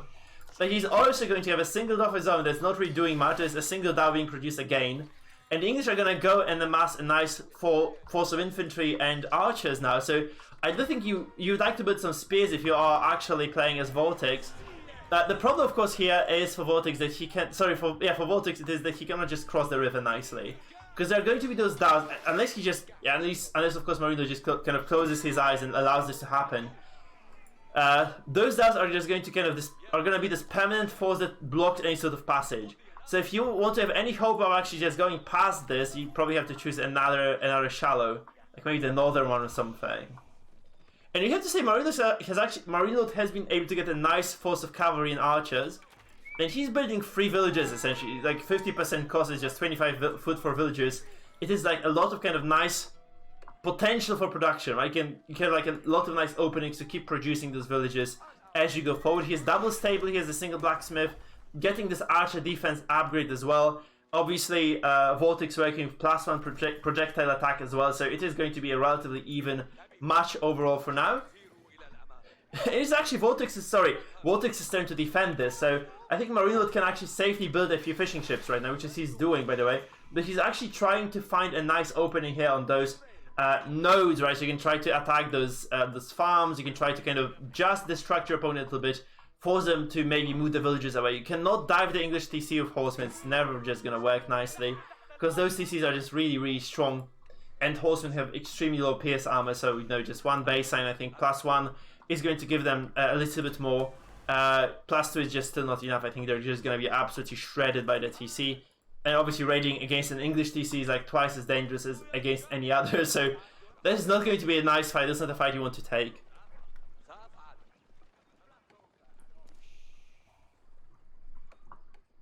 Now we see a larger force over here of those archers and horsemen for MarineLorD. So MarineLorD is actually kind of in a comfy spot. He has a decent amount of resources. I don't think VortiX is going to go up to castle anytime soon either. So VortiX is actually going to have a nice opening door to castle. I think he can actually harass those villagers a little bit at least. So he's going to get some villager kills. One villager goes down for a single archer. It's very, very good. Yeah, I would not. I don't think this is going to work. Because I've seen English TC, man. It's just... I mean, you can get into this kind of nice narrow position here, but still, you're gonna go against the longbows. If you lose, that's something that I did a lot when I was learning to play the horseman aggression. And you lose horsemen, you lose the game, because this is the only thing that keeps you in the game, keeps you in the fight right now. Actually, the English do manage to drop a single dog. They're actually producing double galleys right now. And it's gonna be a water fight and a ground fight at the same time. So those archers actually force away some of those villagers once again, denying some mining time at least is the best you can do. And there's a water fight going on, so those 3 dows of a MarineLorD are going to fight against those triple galleys. Those galleys are way more expensive, 180 gold each. So this is actually, I think this is essentially VortiX's age up just on the water, contesting nothing. In MarineLorD, I think he's just gonna click up very, very soon. Like, here's the pressure right now. The English have not accomplished much with their push. I mean, they killed a lot of the economy, of course, but they actually haven't denied anything on the ground. It's not like MarineLorD is in a sorry shape. He's actually doing quite well. And VortiX has nothing on the... like, he has nothing that can actually just kill MarineLorD right now. He sees, like... He might see this this kind of force of VortiX right now. Sorry, VortiX might see this force of MarineLorD right now. Those guys are actually gonna go into the wood line, kill at least, I think, 2 or 3 villagers. 2 villagers are gonna go down. It's a very nice kind of shallow dive. That's what you want to do. Like, you don't want to commit to this because horsemen are just kind of not good at sustaining any sort of damage. They're a shit unit overall, but somehow, you know, those top pros are gonna make them work. And it's actually going to be VortiX pressuring MarineLorD off this dock. 5 dows actually is a decent force. So you might see a kind of a water and ground fight at the same time. You see, and then actually there's going to be double engagement, I think. So there's going to be horsemen fighting the archers, and there's also going to be those nice, powerful dows of the Abbasid fighting against the dows, against the galleys and the archers of the English. So I think this is going to be a nice trade, although so far it's been going towards, I think I would say this is a favorite trade for MarineLorD, especially that he's going to go up to castle in the meantime. So he's just buying himself time. Once obviously he reaches that castle age and build those very powerful baglash, this will definitely make just very short work of those archers and galleys. And VortiX is nowhere near aging up. He is actually spending more money to get the water supremacy, but he has no idea. I think the Abbasid are going to get a nice tech advantage now, going up with this kind of culturing, I think. Yeah, they are. And you're going to go up to this very, very comfortable positions, because you have to say longbows are good against horsemen. Longbows are kind of good against everything up until the opponent reaches castle age, and then they are actually very, very weak against knights. Actually, this is not the bad fight, not the worst fight actually for VortiX at this, for MarineLorD at the same time. He's actually trading quite equally here. He's gonna lose those units eventually, of course, yeah, but he is actually holding on. He's gonna hit castle any second now, I think. Yeah, he's gonna hit it right now. I can see VortiX actually a fair minute behind. So the Strelbora not essentially doing too much work. And I do not think VortiX is fighting over a lot on the water, because let's face it, there are like 2 fishing boats here. 1 now. So we see a bagla being built, by the way. So it's going to be this kind of thing that tips their favor towards VortiX, towards MarineLorD if you get this unit out, because of course the bagla has a very, very good potential of killing all those galleys, especially with the support of those dows, right? So it's going to be a very pivotal moment in the game as he goes through towards the kind of southern dock and just probably just gives a really powerful docking to VortiX. VortiX is about to just get really, really docked here in this southern part of the map. So VortiX, not in the best position, you have to say. He's gonna go up to Castle of King's Palace. He's gonna get that extra villager production, of course, that no other civ can enjoy from the age up landmarks. It's kind of a nice thing overall to have. But he's gonna face against the knights. And MarineLorD is also collecting stone for something, as my brother has noticed on the chat. So we see those knights actually charging in towards those archers. They are kind of good at trading against them as they engage. So I think you lose 1 knight. I think you're fine with this, as long as you kind of start essentially just kind of cutting down those longbows counts. So you see, actually, he's gonna eliminate a nice kind of number of those longbows here. So this is a very favorable trade from MarineLorD. He's also using those archers to pressure down those villages of VortiX. So those archers are going to take a nice fight. Of course, the English villagers can actually fight archers face to face, because they're like very, very primitive archer unit themselves. And essentially, MarineLorD does clean up, but this is not a favorable trade overall. I think he just loses this quite handsomely. And of course, there's some more upgrades coming in, and this water battle doesn't necessarily favor MarineLorD as well. So this is going to be a very, very nice advantage. Sorry, this doesn't favor VortiX. He's going to lose the water permanently now, I think. You have to believe that this is going to be all she wrote. Obviously, nice kind of micro. No, actually, no micro for this Bagla. I think VortiX is doing... Sorry, MarineLorD is going to do something else here. There's actually an explosive ship being queued, so if you don't pay attention, if you're of course MarineLorD here, if you don't pay attention, you might lose some of your fleet. So you have to just disengage with some of those kind of more head ships. Well, otherwise, you might actually not retain that water supremacy. You can see that he actually just sees this. This is the GG called MarineLorD is 2-2 in the series. VortiX realizing he lost the water, he lost the ground, he's behind in tech. He's just going to never be able to cross the water anymore. The economy does favor MarineLorD as well to a large extent, because he's going to be able to build those ships. I would say this is surprisingly early GG. I would not call it a GG yet. Obviously, VortiX not getting much on the water is a game changer, but still he has double TC, he can go up to triple TC. I think he is still going to survive this, especially if his opponent hasn't really been using those docks too much. So, question mark. VortiX, question mark, you can win this. I think it's not an unwinnable scenario. Villager count actually not favoring VortiX at all. He was able to kill some villagers as they were constructing that King's Palace, I think. But... Do you guys think this was over? Because I don't think this is over for VortiX. Look, he had like double TC to single for against MarineLorD. He had decent eco, like he had a lot of resources, like he was not too far behind. He had nice tech, he had nice villager count. Healthy one at that, like he was double producing villas, he was gonna catch up. I'm not really sure. Was it? Did VortiX have a double TC as well? So I mean, did MarineLorD have double TC? I didn't notice this. He must have got like a very late one then. MarineLorD must have got like a very late double TC.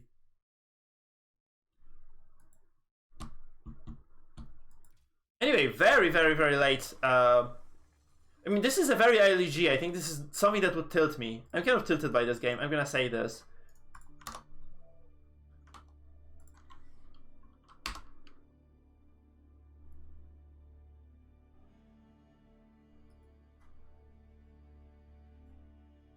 I think this was not an... It was not over.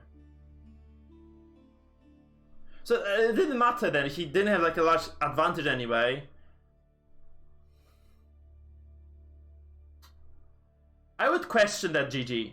We have one game ahead then. This is gonna be the last game of the day, no matter what happens. But I'm gonna say questionable GG. If you have a chance in a game like this, in a tournament game, and it's going to, if you win this game, you win the tournament. There are turnarounds so often in this game. Like you see, like nice micro plays, just like getting something done. No, shipping units over the water. Like there are a lot of openings. I really don't think this is the end. I might be wrong. But I do not think this is. I think this was early GG. I think this was relatively early GG overall.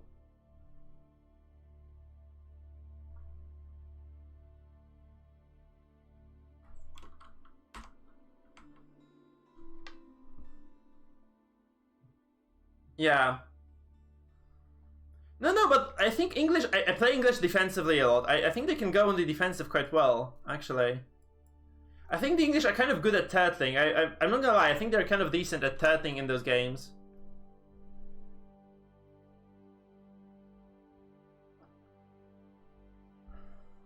Do you want to join the final game, Kuba? Do you want to cast with me?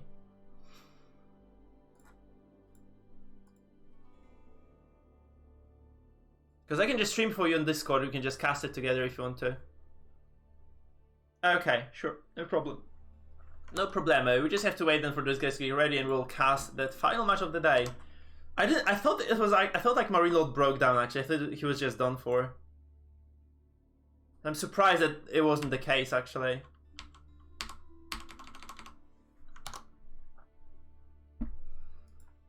was a super cool. It's been a super cool series, honestly. I'm very much enjoying myself here. It's been like really enjoyable overall. Very fun.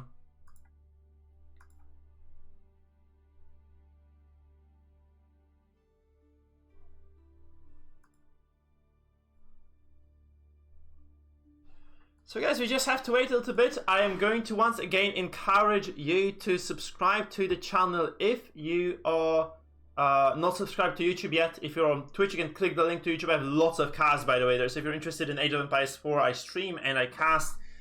Subbing to me on YouTube is going to be like the shortest path for you to, yeah, just getting more cool content. I'm trying to do my best. I hope it's going kind of well.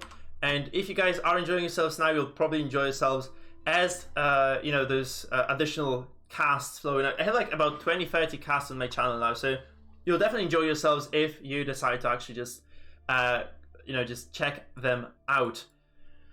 Whew. This being said, very intense series so far. One more game remaining in the tournament, so it is going to be something. All right, it is going to be something.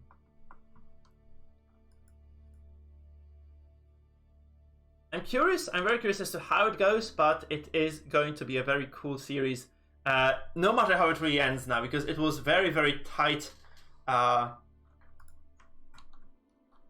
match number 4, so getting game number 5, which would resemble this in any way or form, I think is just going to be amazing.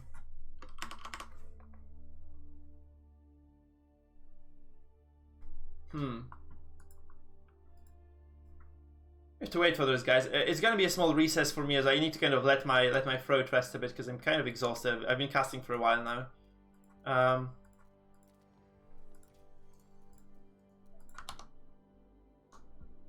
MarineLorD seems to be stuck in his score graphs. Yeah, he went to kind of have a, I think he went to have a break. So I think both players just need a short break to see what exactly is going to happen.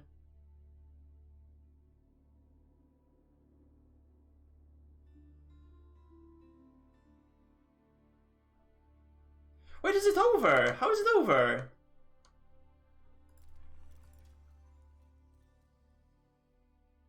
Did I miss a game or something? Yeah, I missed... No, this was Mongols. Yeah, actually, no, that's true. It's over. I'm dumb, guys. I'm dumb. I'm dumb. It was... I kind of misnoted something. So VortiX lost the Mongol game. That's true. So it's not... It was like we're looking at the wrong score. The series is over, guys. I'm a big dumb. I'm sorry. I'm so sorry, folks. I'm so sorry. It's over. It's over. Guys, we're done. We're done for the day. I'm so sorry, folks. I kept the score wrong. Because VortiX actually just won a single game there. MarineLorD was 2-1. Because VortiX won the Hill and Dale, the HRE game. Then MarineLorD won the Delhi Mirror, and he just won this... it was super early GG then. This was the last game of the series for VortiX, and he just gave up like that. Oh no. Oh no. That's terrible then. Oh crap. Okay, it's over. We're kind of done with the stream, I think. Yeah. I didn't keep this call diligently enough. I'm so sorry, folks. I'm so sorry.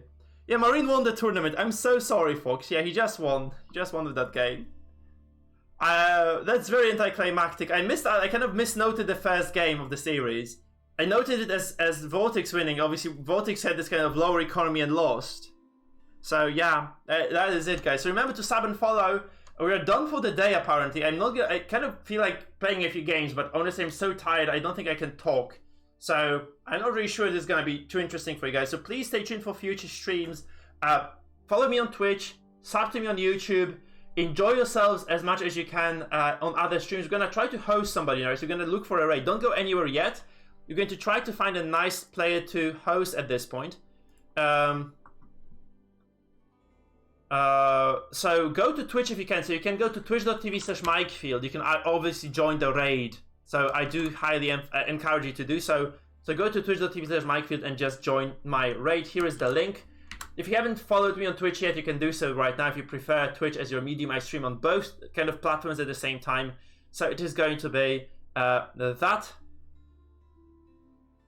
And we can watch SC2 QXC, I think is going to be fun to watch. He's a very good SC2 player, I think, so it's going to be cool to see how it goes for the man. And we're going to host this player. So we're going to rate him right here, right now.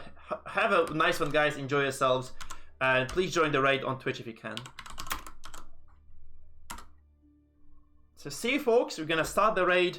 Hope you enjoyed yourselves. I did enjoy myself streaming for you, of course. It was a blast. And right now, that's all she wrote. And we're just going to go for a nice, hefty raid. Dear Twitch viewers, so dear YouTube viewers, we're actually going to also provide you with the link so you can actually join the raid.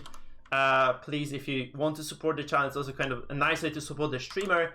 If you want to start a raid, you can, if you actually want to join the raid, you can go to his Twitch TV directly as well and do this. You don't have to go through my own Twitch if you find that confusing or annoying. This being said, that's it for me today. Thank you so much for watching, folks. Hope you enjoyed yourselves. And let's just have a nice raid in towards Mr. SC2QX. Say, yeah, please, you have to click join the raid. You have to click join the raid if you want to join it. It is on the chat interface. And yeah, see you guys. It was a blast casting for you as always. I hope to see you again in the future. We're gonna be probably we're gonna do some streams where I play the game as well, or recast some pros, like kind of without tournament settings. So yeah, just stay tuned for that and enjoy yourselves and see you around, folks. See you around. So raid it is.